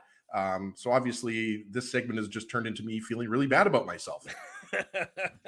Well, and anyways, there is my my Cocaine Bear T-shirt that has been on. My in-laws are in town, so they had picked us up these shirts. So I'm now proudly sporting a Cocaine Bear T-shirt around town at all times, because that is the ultimate in professionalism. But I had to show it off because I know the people on this show, based on our extended Cocaine Bear discussions over the last number of months, would appreciate it. And if I can just jump in here really quickly, Drew, before you get into our next segment here, our friend Jay Miller, who's a frequent IC viewer, was asking about a flyby by the armed forces. I don't think we know. I sent it to you guys in the private chat. I don't know if we have that answer, but if we're able to find it out, I guess we'll let everybody know on our social media channels. But I'm not sure, because Jay was asking before the break if there's going to be a flyby. It would be really cool if there was. Yeah, as long as it doesn't fly anywhere, yeah. I mean, We once actually, Drew, I don't think it's scheduled to fly by your house. I think it'll be flying over the arena. Drew's like, it's okay as long as it's not too close to me. for the record, I actually tried to get on the flyby. Funny story, because we, courtesy of our crack photographer Colby Spence, supplied photos to one of the pilots who did the flyby and asked if we would send him some of our photos, which we did. And I said, sure, no problem. And he said, I said, we'll send them to you, no issues, but just get one of the illegal curve guys on. And I said, specifically IC Drew. And then I want you to hit the eject button just as you're flying over Portage-Germain. Just fling him right into the air. But do I get a parachute at least? No parachute. Okay. Well, you had a good If run. you land in the river, you land in the river. But if you don't, Dave, nothing. Will anything ever beat Fan Man coming to that boxing match? I don't know if that was a Mike Tyson fight, but like, to me, the best. Oh, you're talking about when the guy landed. The best part was because he didn't even land in the ring. He landed, like, if I'm not mistaken, it was beside like the ring. He landed, yeah, exactly. Like, he landed in the crowd, but he landed like along the apron, and then he got pummeled. Yeah, and then everybody pummeled him. Yeah, exactly. That was. I don't think that'll be ever topped. I don't even know how he really did that, because I don't even know. Was that even an outdoor venue? Yeah, it was an outdoor venue. Yeah, okay. He didn't jump through a chimney and to get inside. It was an outdoor venue because it was at Caesar's Palace, the same place where they hosted WrestleMania 9, if I'm not mistaken, which was an outdoor venue. And so he was able to somehow. I don't know the how the rest of the contraption worked, but he definitely got pummeled. That was the most important. Let me see if I remember. WrestleMania 9, was that Bret Hart versus Yokozuna? That was correct. You're right about that. And a lot of people don't know either that Yokozuna was not Japanese; he was Samoan. Thank you for that update. That's very important. I know you knew that, but he was part of the I guess the bloodline, if you want to call it that, of Samoan wrestlers. Okay, well, we've completely gone off the rails, as you would expect. And been canceled. That's right. And Ezzy's been canceled as well. So in that case, we say goodbye to Ezzy, and he had a good run on this show for a long time. Ez. There you go. All righty, get back to the Jets. I hate you guys. Brief foray into Nonsenseville as per usual. The Jets obviously, I mean, if Nikolai Ehlers comes back into the lineup, and of course that's a big if, given that we still don't know and given the uncertainty, what's fair expectations of him, given that he's been off the ice, he hasn't played since he took that hit from Ryan Hartman. That would have been about 15 days ago or so. 5 goals. What? Pardon me, Dave? 5 goals in one game. 5 goals. That's a fair expectation. Okay. It was on April 11th. That was the okay. Last So game. 11 days ago, because what stood out to me about that second line on in game 2 is that there's no one really driving that line. Look, Nemesnikov is a nice player. He's not a line driver. Wheeler, we know at this point in time, is not a line driver. Niederreiter, a tremendous NHL player, makes everybody better around him, but I don't know that he's an individual line driver himself. Ehlers is a line driver. We know that. We've seen it. We know his underlying numbers. We know the performance that he can put forth. But is it He's the best fair? Jets player at 5-on-5. Right, exactly. Is it fair to expect with the 11 days off, and it's hard to believe he's going to be at 100%. Is it fair to expect that he can step in and be the line driver for that line entering today's game? It's a good question though, Drew, because look no further than Mark Stone. And it's not apples and apples. It's maybe not the best comparison because Mark Stone was out and he had, if I'm not mistaken, boys, he had surgery, right? Wasn't it back surgery? Yeah. So, I mean, that was 3 months as opposed to 11 days. So it's not apples and apples, but it could be, apples and bananas, whatever you want to use. But he's been out for 11 days, but he has been skating, right? So I don't, put it this way, Drew. I don't know if you can expect Nikolai Ehlers to score a hat trick, but I do think that if he comes back into the lineup, he will absolutely have an impact. And I know a lot of people are talking about, how big of an impact can Ehlers have, and is he built for the playoffs and everything like that. Like, look at, he's a smaller, skilled player who has dropped the gloves with the likes of Jamie Benn, by the way. So when we say smaller player, I'm not saying that he's meek or anything like that, right? Or Meek Mill, but what I'm talking about here is that Ehlers will make that line better. That line was not good enough last game 2. And, Ehlers, Nemestikov, and Wheeler, when that line was put together after Mark Scheifele was moved to the wing, of course, and then the Connor Dubois-Scheifele line was formed, Dave. I mean, that line was really good, right? And there was some question marks, like, could Nemestikov perform as the second line center, right? Because he's more of a winger who can play center. So look at, I mean, there's no way that Ehlers makes the Jets worse, put it that way, Dave. Well, I'll let Dave, you I know. I'll let you jump in on that, Dave, as well, though. With Ehlers back, what do you think happens with the lines if he returns to the lineup, and how does that sort of filter down to everybody else that the Jets have deployed so far? Well, I don't think there's any question. And you guys, we've talked about it throughout this broadcast already, or in the last few weeks. He made that line work. That Ehlers, Nemestikov, and Wheeler line seemed to work. And so for me, you put Niederreiter down on the third line, you move Barron to the fourth line, probably means Gustafsson comes back out of the lineup. And I mean, that's when your Jets team was having success. So, if the old expression, if it ain't broke, don't fix it. Well, Nikolai Ehlers was broke, so they tried to fix it as best they could, or put a temporary Band-Aid on it. Sounds like you're talking about the Tin Man right now from Wizard of the Oz, Dave. Well, I mean, sometimes these hockey players are made of tin. Hang on. Did you just call it Wizard of the Oz? No, I said Wizard of Oz. I heard Wizard of the Oz. I need people in the chat to back me up on this. Drew, one. that's the cocaine in your ears. Drew, that's the cocaine bear T-shirt having an impact on you. But no, I said Wizard of Oz. Okay, Drew, you're not in Kansas Kansas anymore. Of the Oz. Thank you, Kenny's water bottle. He's saying you said Wizard of the Oz as well. Okay, well, you know what? It's almost as if we've got something called replay where we can go back and so Drew, mark the time. Let's not get completely off the rails Dorothy, here. Let Dave continue, Dorothy. Okay. Yeah, seriously. I mean, come on. Although I will say I went to see Wicked, No Big Deal in London. Pretty good little. Only time I've ever gone to see a play. Yeah, theater. Dave M got fancy. Wicked by Ice Cube is a good song. Wicked. Anywho, Wicked? No, I mean, look, I don't think there's any question that and unfortunately, I Smell Great is also saying you said the Oz. Is Spency watching right now? If Spency's watching, he'll know what I'm talking about. Wicked. Spency is here. I don't know. Great Ice Cube. Spency knows his 1990s rap. He'll back me up here. No, but I mean, I don't think there's any questions, jokes aside, that you go back to Ehlers, Nemestikov, and Wheeler, because that line did seem to work. And we know that Niederreiter and Lowry and Appleton really worked well together. So Barron, obviously you'd rather have him in a more significant role than on the fourth line. But you know what that means? It means that your fourth line, look, sorry, Dave. Drew's absolutely loving this, posting these little comments. Okay, by accident, I said Wizard of the Oz, Drew. Okay, you win.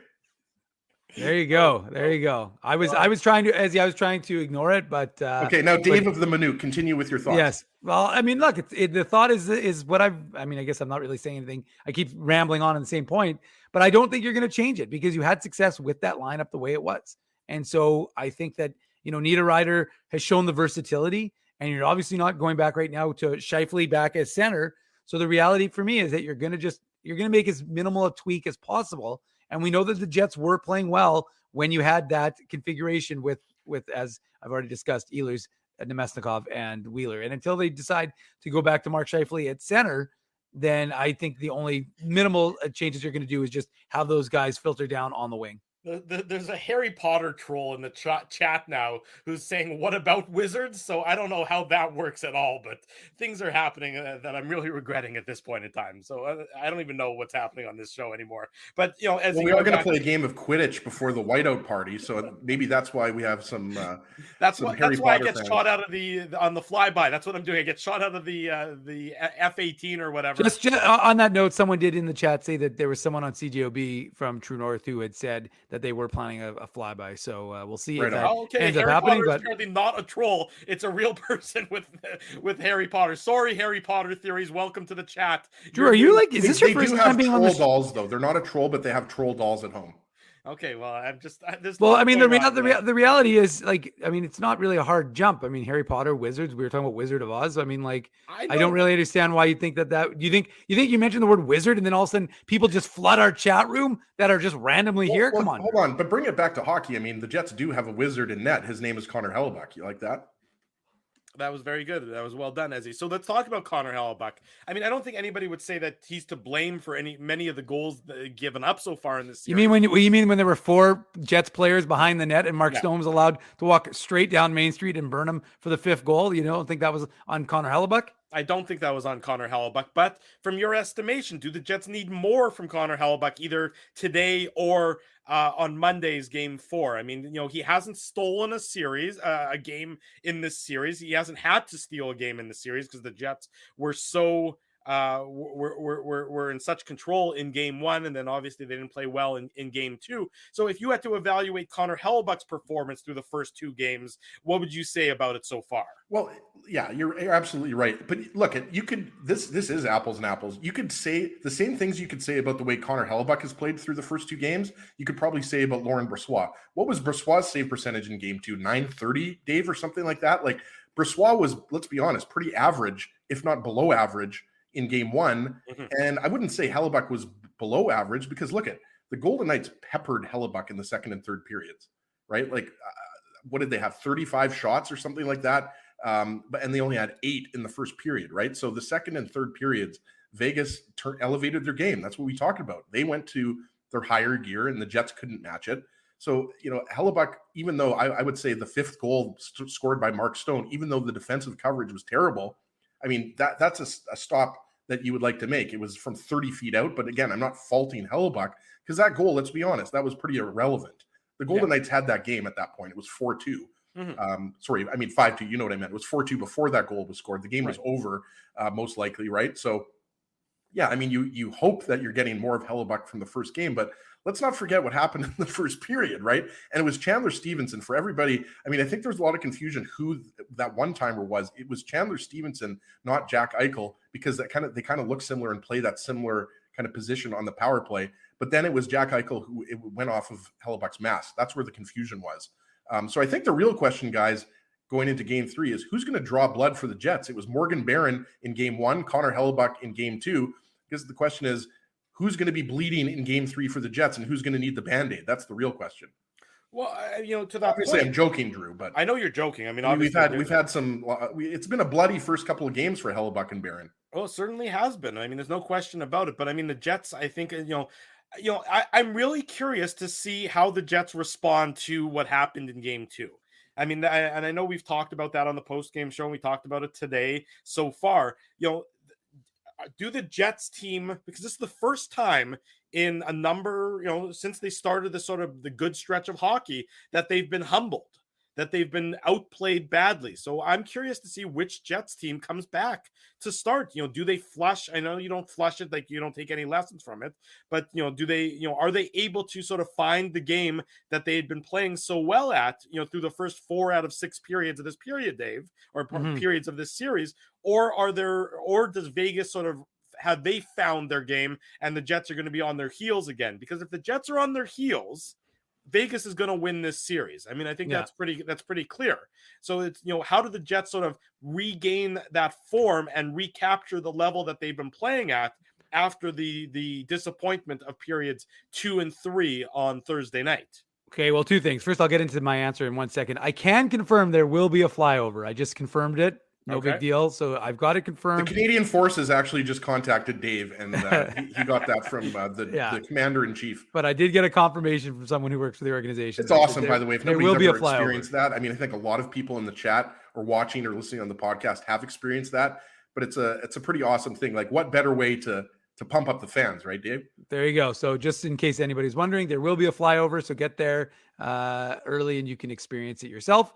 And then, of course, get down into the lower bowl. And if you've got a ticket, because it's going to be a pumped up crowd and it'll be a lot of excitement. I'll be watching at home, Dave. So it's just going to be me actually throwing a paper plane at Ruben. That's what we're going to be doing. Yeah. All right. Well, there you go.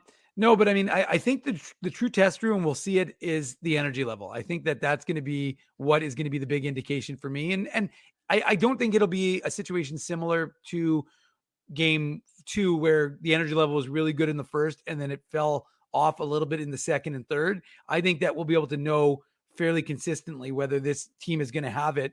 And again, whether it doesn't matter who scores first, you just want to be able to see, will they have that jump in their step? Will they have that? And you're right. I think the crowd is going to provide a huge boost, both those inside and out. I mean, I've been doing a lot of media availabilities with the Moose guys who are in town this week, and you can hear the excitement. I've asked all of them, and all these guys are talking about how they want to go down. They want to experience. They obviously want fans to show up next Friday for the game 1 of the Moose playoff series against Milwaukee and have a whiteout there. But you can sense that these guys want to experience the whiteout. They want to be able to see what it's all about because, of course, there were no playoffs. Some of these guys weren't here last year. And so they want to be able to experience what this is going to be like when the city turns crazy. And so the reality is that I think there's a lot of excitement, and I think that the players will be able to build on this crowd. You know, every crowd is great. I mean, if you watch the playoffs, the playoffs have been fantastic. The crowd, I mean, that Islanders, you know, like I said, you don't have to be a fan of the Islanders to be like pumped up by how excited that crowd was when they scored 4 goals in 2 minutes and 18 seconds. I mean, you could feel it through the television, how pumped up that fan base was. And I think that this fan base is just looking for an excuse to go crazy, to explode, right, Ezzy? So I think that if the Jets can give them that with that, remember, they were doing that in a hostile crowd, and they were removing the Vegas fans really from the game. Vegas fans weren't into that game, if you think about it, really until the second period. Can I just also mention from that Islanders how poetic it is that Scott Mayfield scored the 4th goal? It wasn't the winning goal, but considering that he was high-sticked before Jesper Fast scored I just thought that was awesome. And in addition to the fact that you have like a 4th-line grinder like Matt Martin. Yeah. I just wanted to get that in because Dave and I were talking about that earlier. But you love the fact, like, Anders Lee is a sniper. I mean, you expect, you know, Anders Lee and Brock Nelson and, you know, Bo Horvat, Matt Barzal, those types of guys. But when you get a goal from Matt Martin in the 3rd period, I mean, you know things are really going well, right, Dave? Yeah. Let me ask you guys this. So, I mean, you know, the last 2 periods of game 2, we saw Vegas being able to take it to the Jets. How do the Jets now slow down Vegas? Because we talked about it earlier, that Vegas doesn't have what I would describe as a clear-cut number 1 line. They have sort of 3 second lines, and then their 4th line is also effective. So how do the Jets, you know, how do they deploy their players in order to try and slow Vegas down? Or is it just a simple matter of the Jets themselves have to be more on their toes, and as a result, that'll just by default slow Vegas down? I mean, I don't think the Jets can get into a track meet against Vegas, but if Vegas is all of a sudden playing at a higher level, how do the Jets match, you know, that level that we saw in game 1? I mean, it goes to the chess match, discussion of the series. Yeah, and both teams have speed, and we talked about it. If you're able to get Nick Ehlers back, even if Ehlers is 75%, right? I mean, let's be honest. If they have 1% of Ehlers, that would be as way faster than I can skate, right? So if you have 75% of Nick Ehlers, he's adding a huge speed dimension to your game, Drew. But we talked about this, and, you know, another shout out to our good buddy Kenny Weeb, who wrote about this, another plug for a Sportsnet.ca article, also available on illegalcurve.com in today's Jets morning papers, which I was reading this morning before the show. But he talked about it, like when you're pressuring the puck, and that's really we've seen a hybrid Jets team this year because you haven't seen that all year. You saw that probably more in the first 30 to 40 games of the season when the Jets had all of those injuries, right? Like when the Jets have an aggressive forecheck and they're pressuring and their gaps and all that cliche stuff that coaches love to talk about, then the Golden Knights can't generate offense. They have to dump the puck in. The Jets transition back up the ice, right? So to me, it's all about possession and not allowing the Golden Knights to generate speed in their own zone and through the neutral zone, right? So you're right, though, Drew. I mean, I don't think either of these teams has a huge advantage when it comes to speed, but when each team is executing their game plan properly, they make the other team look slow. So obviously, you know, you'd love to score off transition, but the key is don't let the Golden Knights set up in their own zone, because we've seen, you know, they have a lot of skilled players when it comes to, you know, Chandler Stevenson, William Karlsson, Jack Eichel, so on and so forth. They've got a lot of good forwards, and also their defensemen like Alex Pietrangelo, Shea Theodore, like Nick Hague is an underrated defenseman. They have guys that can jump up into the play. So, I mean, there's no doubt that, you know, the Jets have to get back to that pressure game as far as I'm concerned. Dave, is there something specific that you want to see the Jets try and do to mitigate Vegas in terms of line matchups, or just, sort of trying, if you had to take one Vegas forward out of the game, so to try and neutralize them and then have a cascading impact on how the rest of the team plays, who is that? Is it Mark Stone? Is it Jack Eichel? Who are you trying to sort of get in to prevent from executing? Well, I think those are definitely the two guys that you would for sure want off the board, especially with the way Mark Stone looked in game 2, right? I mean, he didn't dominate it, but he was good enough and he's pumped up. And like we said, he's been off. He hasn't played hockey in a long time. Suddenly you've got him going and he's going to build that momentum up. And so if you're the Jets, I think Mark Stone, because we've talked about how effective he is. I mean, there's a reason why so many teams wanted to trade for him when Ottawa made him available, and why, Vegas and Winnipeg got into a sort of bidding war or a GM war, as like I said, every day it was like whenever I'm at a Moose game, McCrimmon's there, Cheveldayoff's there, Dorian's there. They're all swirling around, but there's a reason why everybody wanted Mark Stone. He's that effective. He's not a center, may as well be a center the way he plays on the wing. Mm-hmm. He is, to me, the big. We talked about it. Remember when we were previewing this series, and we said if Mark Stone is healthy and ready to go, he's going to be a big difference maker in this series. So to me, Mark Stone is that player. Let's bring in from theathletic.com. He covers the Vegas Golden Knights. Jesse Granger joins us on the program now. Jesse, good morning. Welcome to beautiful Winnipeg. How are things? Good morning, guys. It's great. Getting here is an adventure, but once I'm here, I love it. It's the middle of nowhere, right, Jesse? We're just we're 8 hours north of Minneapolis, and then there's not a lot surrounding us, but glad to see you're back and made it safe into Winnipeg. It was really rude of the NHL, because there are direct flights from Winnipeg to Vegas a couple times a week. It was just rude of the NHL to not align the games with those direct flights for the benefit of the traveling parties. I mean, I think somebody should send a tersely worded email to the NHL all about that. That's the real problem that we're experiencing here this morning. Yeah, it's very rare living in Vegas to have a hard time finding flights to places.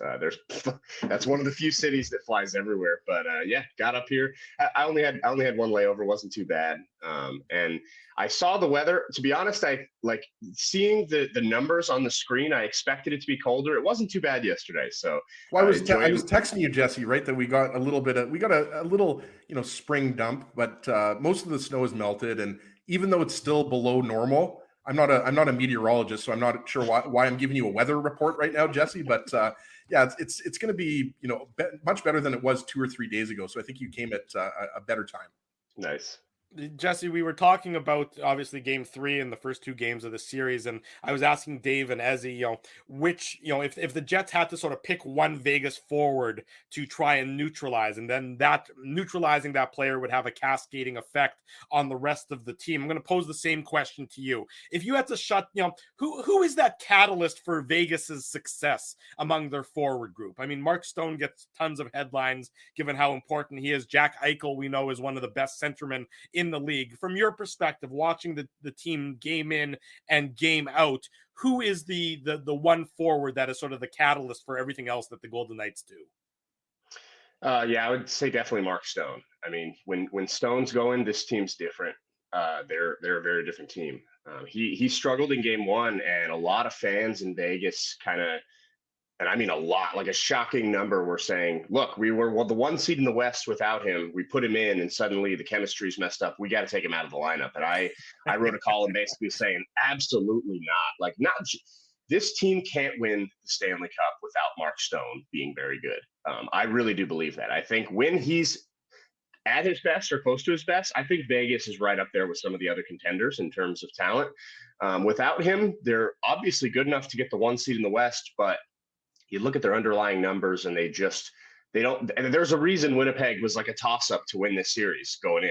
And it's because the Golden Knights' 5-on-5 numbers and their power play and their penalty kill have not been elite this season. They've been good enough to get wins. But I would say, and like the other thing is when Mark Stone's going, Chandler Stephenson's going. For whatever reason, those two Chandler Stevenson plays his best hockey when Mark Stone's playing well on his side. And like you saw it in game 2, Stevenson was excellent. He scores the goal, the putback rebound, and then he sets up Mark Stone's goal.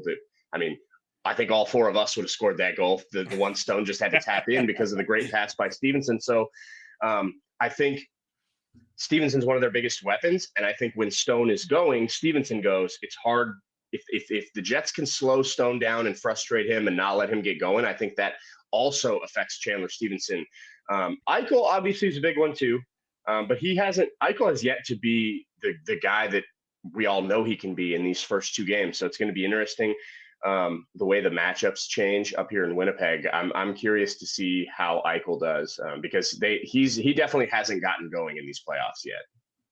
I think, to answer to, if I can address the Chandler Stevenson, Mark Stone thing, it's the Prairie connection, right? You got Chandler from Saskatoon, and then you've got Mark Stone from Winnipeg. So that's why they play so well together. Neighboring provinces, obviously, I'm joking a little bit, but just have to give Saskatchewan a shout out there. But Jesse, how close do you think the Golden Knights were to possibly starting a different goaltender than Laurent Brossoit? Because I know you wrote about this for The Athletic, but I didn't necessarily think that they would go to Jonathan Quick.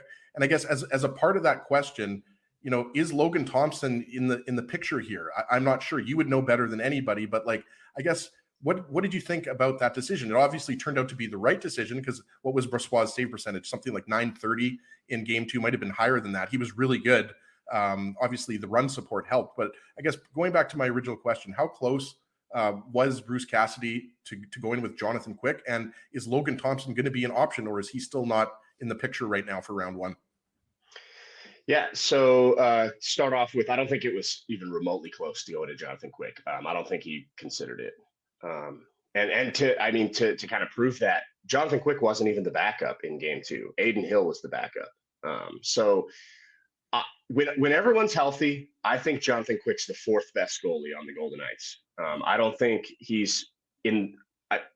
I love Jonathan Quick. I grew up watching Jonathan Quick be awesome in LA. So I hate saying this, but he's not a very good goalie anymore. He's an elder statesman now, right? Just like Drew. He had a bad season in LA, and then he came to Vegas, and everyone looks at he won his first 5 games here, but he wasn't even good in those games. If you watch the games and you look at the numbers, he is statistically the worst goalie on this team. So while his veteran presence, and I think it certainly helps a group of goalies that have never played in the playoffs, I think it certainly helps having him with them in practice every day, talking to him in the locker room. I think Quick brings a lot to this team.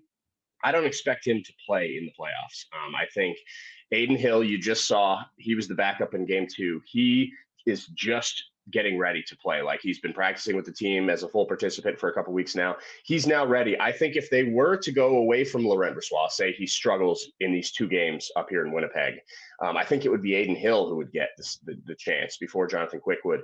And in terms of Logan Thompson, I think he's a bit further out. So he came back and practiced with the team at the same time Adin Hill did. They were both hurt around the same time, then they both came back. And then Thompson, after a couple days of practice, went back out and hasn't skated with the team for quite some time now. So clearly there was a little bit of a setback there. Maybe he wasn't as close as they thought he was. So he still has not skated with the team. And if you look at Adin Hill's timeline, it took a couple weeks of practicing with the team before they were willing to put him as the backup. So I don't think Logan Thompson is particularly close to a return. I would say it would shock me if he was ready to play at any point in this series. So it looks like it's going to be Brossoit. And then if he falters, maybe Adin Hill. Jesse Granger is our guest Saturday morning. You're watching the Illegal Curve hockey show. Jesse covers the Golden Knights for theathletic.com. Game 3 between the Jets and the Knights goes this afternoon. The post-game show, assuming everything doesn't have overtime, etc., around 6 o'clock tonight for the post-game show after the Jets and the Golden Knights. Jesse, it's always easy to focus on the Mark Stones and the Jack Eichels as the big dogs. Who are the other players, the role models, the guys who, here in Winnipeg, the Adam Lowrys? Who are those guys who are, stepping up for this Vegas team that you're seeing that they've been doing it all season and are continuing into the playoffs? Yeah, I don't know if William Karlsson falls into that category because he's a pretty damn good player, but I'll start by saying William Karlsson's been the best Golden Knight through 2 games. And he has been absolutely massive, just all over the ice. In game 2, Cassidy matched he and Riley Smith up with that top Jets line that killed them in game 1, and they neutralized them. They had some chances, but Carlson and Smith outscored them 2-0. I think the shots were like 8-2 or something when they were on the ice against them. Now they don't have last change, so it's going to be interesting. I'm very interested to see if today that top line for the Jets can get back to doing what they were doing. Now that I assume Bowness will probably try to get them away from Carlson and Smith. So Carlson Smith, they've been great. Outside of them, Nick Waugh is a guy who's been very good for this team. He holds on to possession so well, especially under the goal. He hasn't really got going in these first 2 games. We haven't seen him at his best, but I think the Golden Knights certainly need him to be better, especially if Ehlers comes back in the lineup. The Jets are going to get deeper. The Golden Knights bottom 6 is going to need to play better. And then Brett Howden stepped up and played a pretty good game in game 2 also. They bumped him up with Stone and Stevenson, and he made a couple of really nice passes on those goals that Stevenson and Stone ended up scoring. So the Golden Knights have been this way all year. They don't have a 30-goal scorer on the team, which is super rare for a playoff team. They don't have anyone with 70 points. They have scored with a lot of guys, or they've won with a lot of guys scoring 10, 12 goals. Keegan Colasar has been good. Obviously a Manitoba guy. There have been a lot of guys pitching in, and I expect that to have to continue if they're going to go far in the playoffs. Yeah, Jesse, we were talking about that earlier on the program about how the Jets, of course, now get last change, and thought that maybe strength against strength, top line against top line might be the way that Rick Bowness wants to go. Tell Dubois, go and you get the Jack Eichel matchup, and then Scheifele and Connor against Marchessault and Barbashev. And of course, it's not exactly against, but that sort of mindset to see strength against strength, because I think from the Jets perspective, that could maybe open up Connor and Scheifele to have a little bit more room out there, particularly Scheifele, because he has been neutralized so well, especially in game 2, by, as you said, by Smith and Carlson really had their number and were controlling the game, particularly in the latter 2 periods of game 2 on Thursday night. Yeah, and then the other thing is not just to look at the forward matchups, but the defensive pairs and how they've played against the Jets. Bruce Cassidy has leaned super heavily on Alec Martinez and Alex Pietrangelo, that top pairing. Shea Theodore, obviously a very good defenseman, but he isn't as good defensively as Pietrangelo and Martinez are. So he's kind of hid him a little bit. Cassidy has not leaned on Theodore as much as he has Pietrangelo and Martinez. So I'm interested to see if the Jets can get their top guys out against Theodore and McNabb. And also McNabb looks a little banged up. I mean, he landed that big hit along the wall, went to the bench gingerly, and did not look himself after that. So you've got a guy in Theodore who is spectacular, but isn't fully healthy himself and isn't the best defensively, and McNabb, who looks a little compromised. If the Jets can get their top guys away from Pietrangelo and Martinez, I think it would help them too. I'm not going to ask you a question about him, but it's just an opportunity for me to shout out the Sioux Valley Dakota Nation, Zach Whitecloud. I thought Whitecloud was phenomenal in round 2. And if you ask these guys, I mean, I just love the way he plays. I love that style of defenseman, like physical, can chip in about offensively. So I just wanted to mention that, Jesse. I'm sure you would agree with Whitecloud's game in game 2. Not saying that he wasn't good in game 1, but to me, he was really noticeable, just breaking up plays and everything like that. And I wanted to ask you about Mr. Hot Dog himself, who's going to play number 9, playoff game 99 tonight, which I think would be the most in the series. If I'm not mistaken, it would be right up there. Phil Kessel, and he's got a couple assists in the first couple of games. And, everybody always wants to point to the 35-year-old and say that he looks slow out there.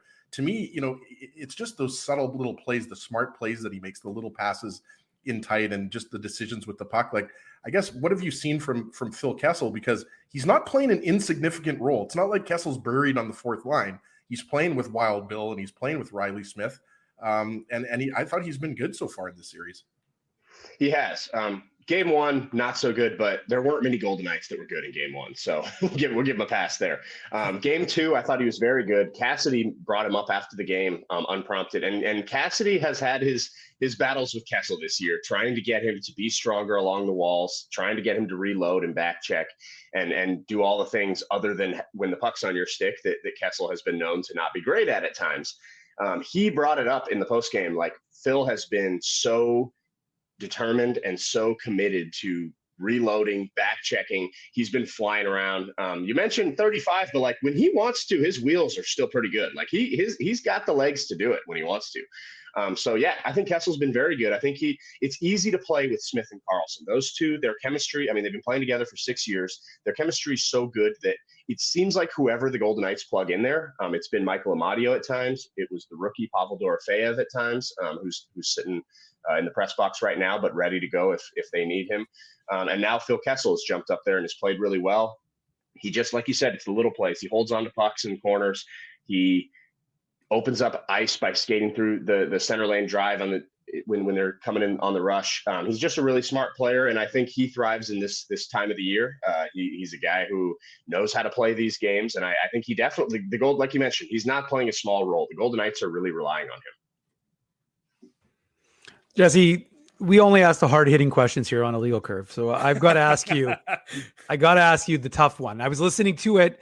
I was reading your article and I was like, well, I didn't know if I knew the song, but of course, then I started listening to it. I was bopping a little bit while you were answering Ezzy's question, but We Are Never Going Home, Kungs, the Golden Knights. And you know what? It's funny. We make fun. It's a joke, but like, it is one of those things that rallies players and they get excited about. I remember years ago, the Jets were playing Celine Dion's song and it was like this funny moment, but it does kind Don't of worry, Jesse, we're not going to play Celine Dion. I know you think because we're Canadian, we have to always play Celine Dion. Well, she does have a residency in Vegas, I think, or did for so many years. So so there is a tie there. But anyways, no, but you wrote a really interesting article because I think it is fun. And I know the Jets teased out. I don't know if they actually revealed what the Jets winning song is, but it is funny how the Vegas, and it makes you realize how good, to tie into this game, how good a road team this Vegas Golden Knights team has been the entirety of this year. Yeah. So for anyone that doesn't know, their win song is "We Are Never Going Home" by the Kungs, and it started early in the year. They had like a long 10-day, 5-game trip, and then they had another long one back to back after that. And they're like, man, we're like constantly on the road. It feels like we haven't been home in a month. And they started playing this song in the locker room, and it's if you haven't heard it, it's it'll get stuck in your head for the rest of time if you do listen to it. It's a really catchy song. I like it. But yeah, they've kind of taken on this person. Like they struggled at T-Mobile Arena this year. They played a little better down the stretch, but for the first half of the season, they were just flat out bad at home. And they really relied on how good they were playing on the road to stay atop the Pacific Division and to stay in first place in the Western Conference. This team has been very good on the road. The only team with a better record than them on the road is Boston, and Boston has a better record than everyone everywhere because that team didn't lose. So yeah, I think they're excited coming up here. This is obviously a really challenging environment to play in. I haven't been up here since the conference final. I'm excited to see what that building's like tonight. I know it's going to be insanely loud, but the Golden Knights have been so good on the road. They are looking forward to it. They are ready for this challenge. This team has proven that they can win on the road. They're ready for it, and the win song kind of just goes along with that. What do you attribute that success on the road to, Jesse? I mean, the Jets were sort of the reverse of that. The Jets were a great home team this year and were decidedly average on the road, which is sort of what you expect. So, what do you attribute the success on the road and the struggles at home to for the Vegas Golden Knights this season? I think the struggles at home are hard to explain. I honestly don't know what happened there. T-Mobile's obviously a very good building to play in. It's packed every night. I don't know, but on the road, I think their depth is a big part of that, right? Like I mentioned earlier, they don't have the star players. They don't have a star line. Even right now, you look at it, it's hard to pick which of the top 3 lines is their best line right now. Like Carlson That's why I said, Smith, Jesse, it's almost like you have 3 second lines, right? Yes, Carlson Smith has probably been the best line so far, but then Stone and Stevenson were great in game 2, and Eichel and Marchessault can explode at any moment. I think the fact that the matchups don't really matter to them has helped them on the road, not just the forwards, but the defense. You mentioned Whitecloud. He and Haig are probably the best bottom pair in the NHL, or one of the best bottom pairs in the NHL. And they can be trusted against basically any forward line. Cassidy does not care. He'll throw them out there against anyone. So I think when you're on the road, you don't worry about the matchups. You kind of just roll your 4 lines and you roll your 3 pairs, and it just feels like there's a better rhythm. Cassidy has even mentioned, like, maybe I should do that at home more often, not worry about the matchups, because it feels like we play our best hockey when we're not thinking too much. We're just kind of rolling everybody out there. We get going. One line builds on the next line, builds on the next line. And it'll be interesting to see if they can do that today. It's like I said, it's going to be tough. I expect the Jets to be really good today in this environment. But yeah, this team has done good when they've done well when they play simple hockey. They don't try to be too fancy through the neutral zone. They don't try to get their matchups exactly right. They just kind of go out there and play. Last question for you, Jesse. We know the struggles of the Golden Knights power play. They almost broke through in game 2, if it wasn't for Connor Hellebuyck making that tremendous glove save in the first period when there was that stretch of man advantages. From your perspective, having watched the Golden Knights all season long, do you see any signs of improvement on that power play through the first 2 games, or is this basically the same struggles that you've been watching? I think you already got your answer there, Drew. Yeah, I saw the head shaking there already, and Yeah, and it's not just for the season long. This team's power play has been very, very bad for a long time. I mean, we're talking, it's a big reason Pete DeBoer is no longer the coach here. And even before him, under Gerard Gallant, it struggled. And it doesn't make any sense. You look at the players on the ice and you say, how is this power play not good? You've got Jack Eichel, Mark Stone, Shea Theodore, Alex Pietrangelo, William Karlsson, Riley Smith. Like, this power play how do you not figure this out over 3 years? And they haven't. They need to shoot more. These guys, I think, try to look for the perfect pass too often rather than just firing the puck at the net and trying to get a rebound. I think when their power play is at its best, they are just kind of looking for second opportunities rather than looking for that perfect first shot. But I mean, when they brought Cassidy in, the way he talks about the power play, he is brilliant. I mean, the guy is a power play wizard, and he still has not been able to figure out how to get this power play going. Plus, add on to that, the Jets are very good on the penalty kill, right? They're excellent at killing penalties. So this is not the team to get right on the power play against. So if they were to turn this power play around and score a bunch of power play goals in the next few games, I would be surprised. And I think they would be surprised too, because while they have the players, they just haven't been able to figure out that part of the game. What's a little strange is in this series they've struggled entering the zone, which has not been a problem for them. Like, you look at their power play and it has put up great numbers. They usually get into the zone, no problem. It's just once they have things set up, they don't get the chances that they need to. In the first 2 games, Winnipeg has done a good job of denying the blue line to them, and they've really struggled to get into the zone. So maybe if they find a way to get into the zone, maybe they can find some holes. I'm not super optimistic that will happen, but yeah, that's been this team's biggest struggle for a very long time, and it's the reason they lost to Montreal in the semifinal 2 years ago in the conference final. They had the weird divisions. They couldn't score against Montreal on the power play, and that ended up being their downfall. So we'll see if they can get it going. At times, it's looked okay. In this series, it hasn't, and it's been a while since that power play has clicked. Jesse, Chandler Stevenson just has to shoot that one-timer 5% harder, and then Connor Hellebuck's glove will be slightly over the line, and then it'll what go a save that was! Oh, it was incredible, followed up by the shot to the helmet. But yeah, before we let you go, I was just going to say, don't be worried about the mob downtown. Just wear white, you'll be fine. Jesse Granger covers the Vegas Golden Knights for theathletic.com. Jesse, enjoy the calm before the storm. It'll be a hell of a scene in downtown Winnipeg. We look forward to reading all about the Vegas perspective after the game on The Athletic. Thanks so much for joining us. Enjoy today. We'll see you at the rink in a few hours. Awesome. Thanks for having me, guys. There he goes, Jesse Granger joining us this morning on the Illegal Curve Hockey Show. Hold on, uno momento. Okay. Or put a temporary Band-Aid on it. Sounds like you're talking about the Tin Man right now from Wizard of the Oz, Dave. Well, I mean, sometimes hockey players Wizard of the Oz, Ezzy. Unfortunately, I already owned it. We already agreed that I did say know, but Wizard of the Oz. I did a request. I'm not disputing it. Okay, I guys, understand. I said Wizard of the Oz. Thank you. No. I'm on board because I actually confirmed that you didn't say it, but I did have a request from the chat to say I have to play it for you. So just let the Wicked Witch of the West take us into break.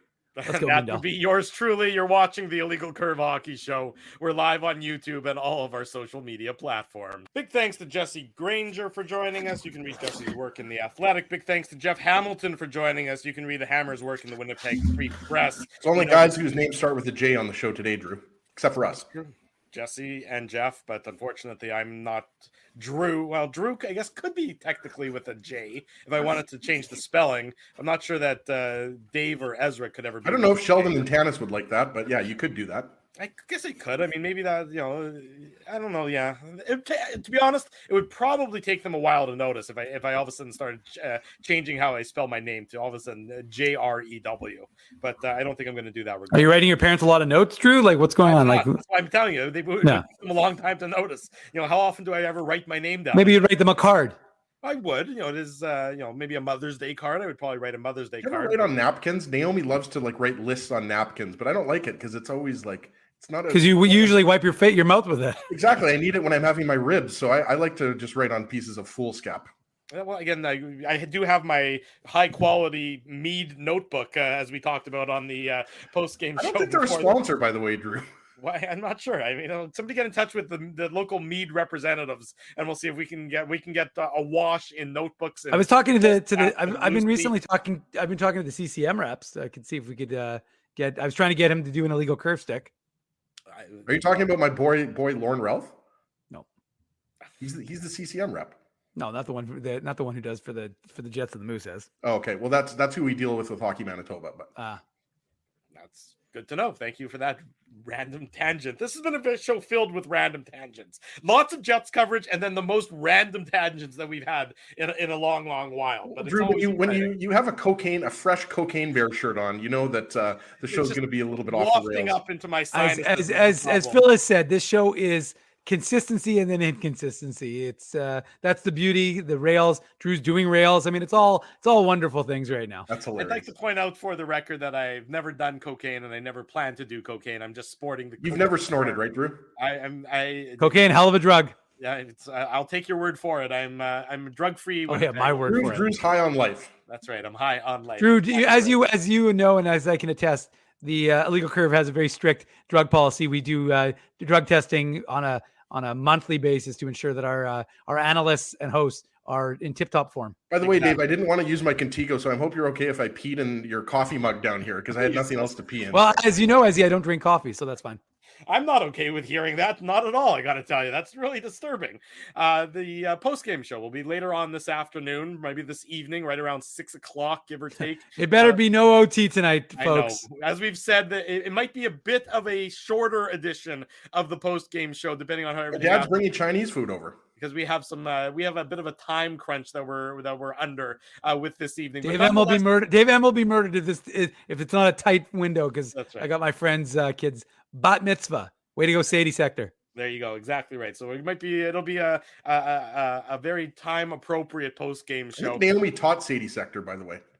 That would make sense. She definitely goes to the school that you're. Shout out Brock Gordon School. Exactly, where your wife used to go as well. There's going to be a couple Ginsburgs joining a couple Mendells there pretty soon, Drew. I forgot to tell you, Ezzy, I'm immediately withdrawing my children from the school as soon as your kids go there. That's just the way it has to be. I'm sorry to hear that. I'm sorry to tell you that. As I got bad news. They can come over for craft dinner or whatever. Tuna salad. As I got bad news for you. If you don't think your kids just flew to Arizona today, you're sadly mistaken. Your kids are completely gone. Let me ask you guys this. I wonder if they're cold being tied up to that tree for so long. Before we wrap up, one difference maker for the Winnipeg Jets tonight. Who's that? Who does that have to be this afternoon? Shifley, Pierre-Luc Dubois. I mean, one. It goes back. I said one. 55 then. It's 55. Yeah. Okay. Well, Dave, you say Dubois. I'll say Shifley then. I mean, no, but honestly though, Drew, Kyle Connor, he hasn't, exactly lit it up. But he's created a lot of offense. We talked about it, 8 shots last game. And obviously he scored a goal in game 1, right? So we know Kyle Connor is already playing at the highest level. Not to say that Shifley and Dubois aren't, because Dubois was really good in the first game, but obviously Shifley doesn't have any points. So it's got to be 55. And I think Dave agrees Dubois is right behind Shifley. Yeah, there's no question. Not literally, by the way. Yeah. Well, sometimes. I mean, in the picture on the Illegal Curve that I used yesterday, there was one was behind the other. But I do think that you're going to live and die with Connor Hellebuck always. But he is consistent in what he provides you. And I think that those other two guys, Jeff said it best. If you want to be a $10 million man, if you want to be a guy that is generating buzz in the NHL, you don't do it by not showing up in the playoffs. You do it by taking over a series. So that's incumbent on Mark Shifley and Pierre-Luc Dubois as the guys who want to be regarded as the top players on this Jets team to be the top players on this Jets team, take the series over. If you don't, well, then we know what's going to happen with this Jets team because they need those guys. And obviously Nikolai Ehlers could play a big factor, but you don't know at what level you're getting with Nikolai Ehlers, and that also will be significant. So stay tuned to that. We'll have that update on a little site called illegalcurve.com, my first plug of the day. But we'll have that as soon as Rick Bowness speaks. We'll have it up on the website in the pregame report. So be sure to check back for that. There you go. Check out illegalcurve.com from now until game time, the post-game show after the game, and then, of course, the website again for all additional post-game coverage. Happy wedding anniversary. We haven't even mentioned that yet, Drew. Or sorry, I should say happy the wedding anniversary, Drew and Laura. Thank you very much. Yeah, I think we mentioned it on Thursday night's post-game show, but yes, I hope you guys have a lovely, lovely dinner tonight. Thank you very much. I appreciate the good wishes and the good tidings. And yes, it is now 11 years that my wife has managed to put up with me. So she is certainly ready for sainthood for having to deal with that on a regular basis. As I mentioned, post-game show later tonight, website updated illegalcurve.com, social media at illegalcurve for all your latest Jets news, audio, Ice news, audio, Moose news, audio, everything along those lines. Dave showing off the Illegal Curve shirt. Ezzy's showing off the shirt from our buddy's bachelor party. It's my main man, Hartsey. No, his 40th birthday. 40th birthday. Which didn't happen because somebody had COVID or somebody was sick. That's right. But we got the T-shirts made. So there you go. Hartsey's exactly my boy, and shout out to Hartsey. There he you lived go. with me. He owned a house with me for 5 years. So speaking of someone who deserves some type of medal or recognition, anybody who can put up with me for that long and stay friends with me for that long deserves recognition.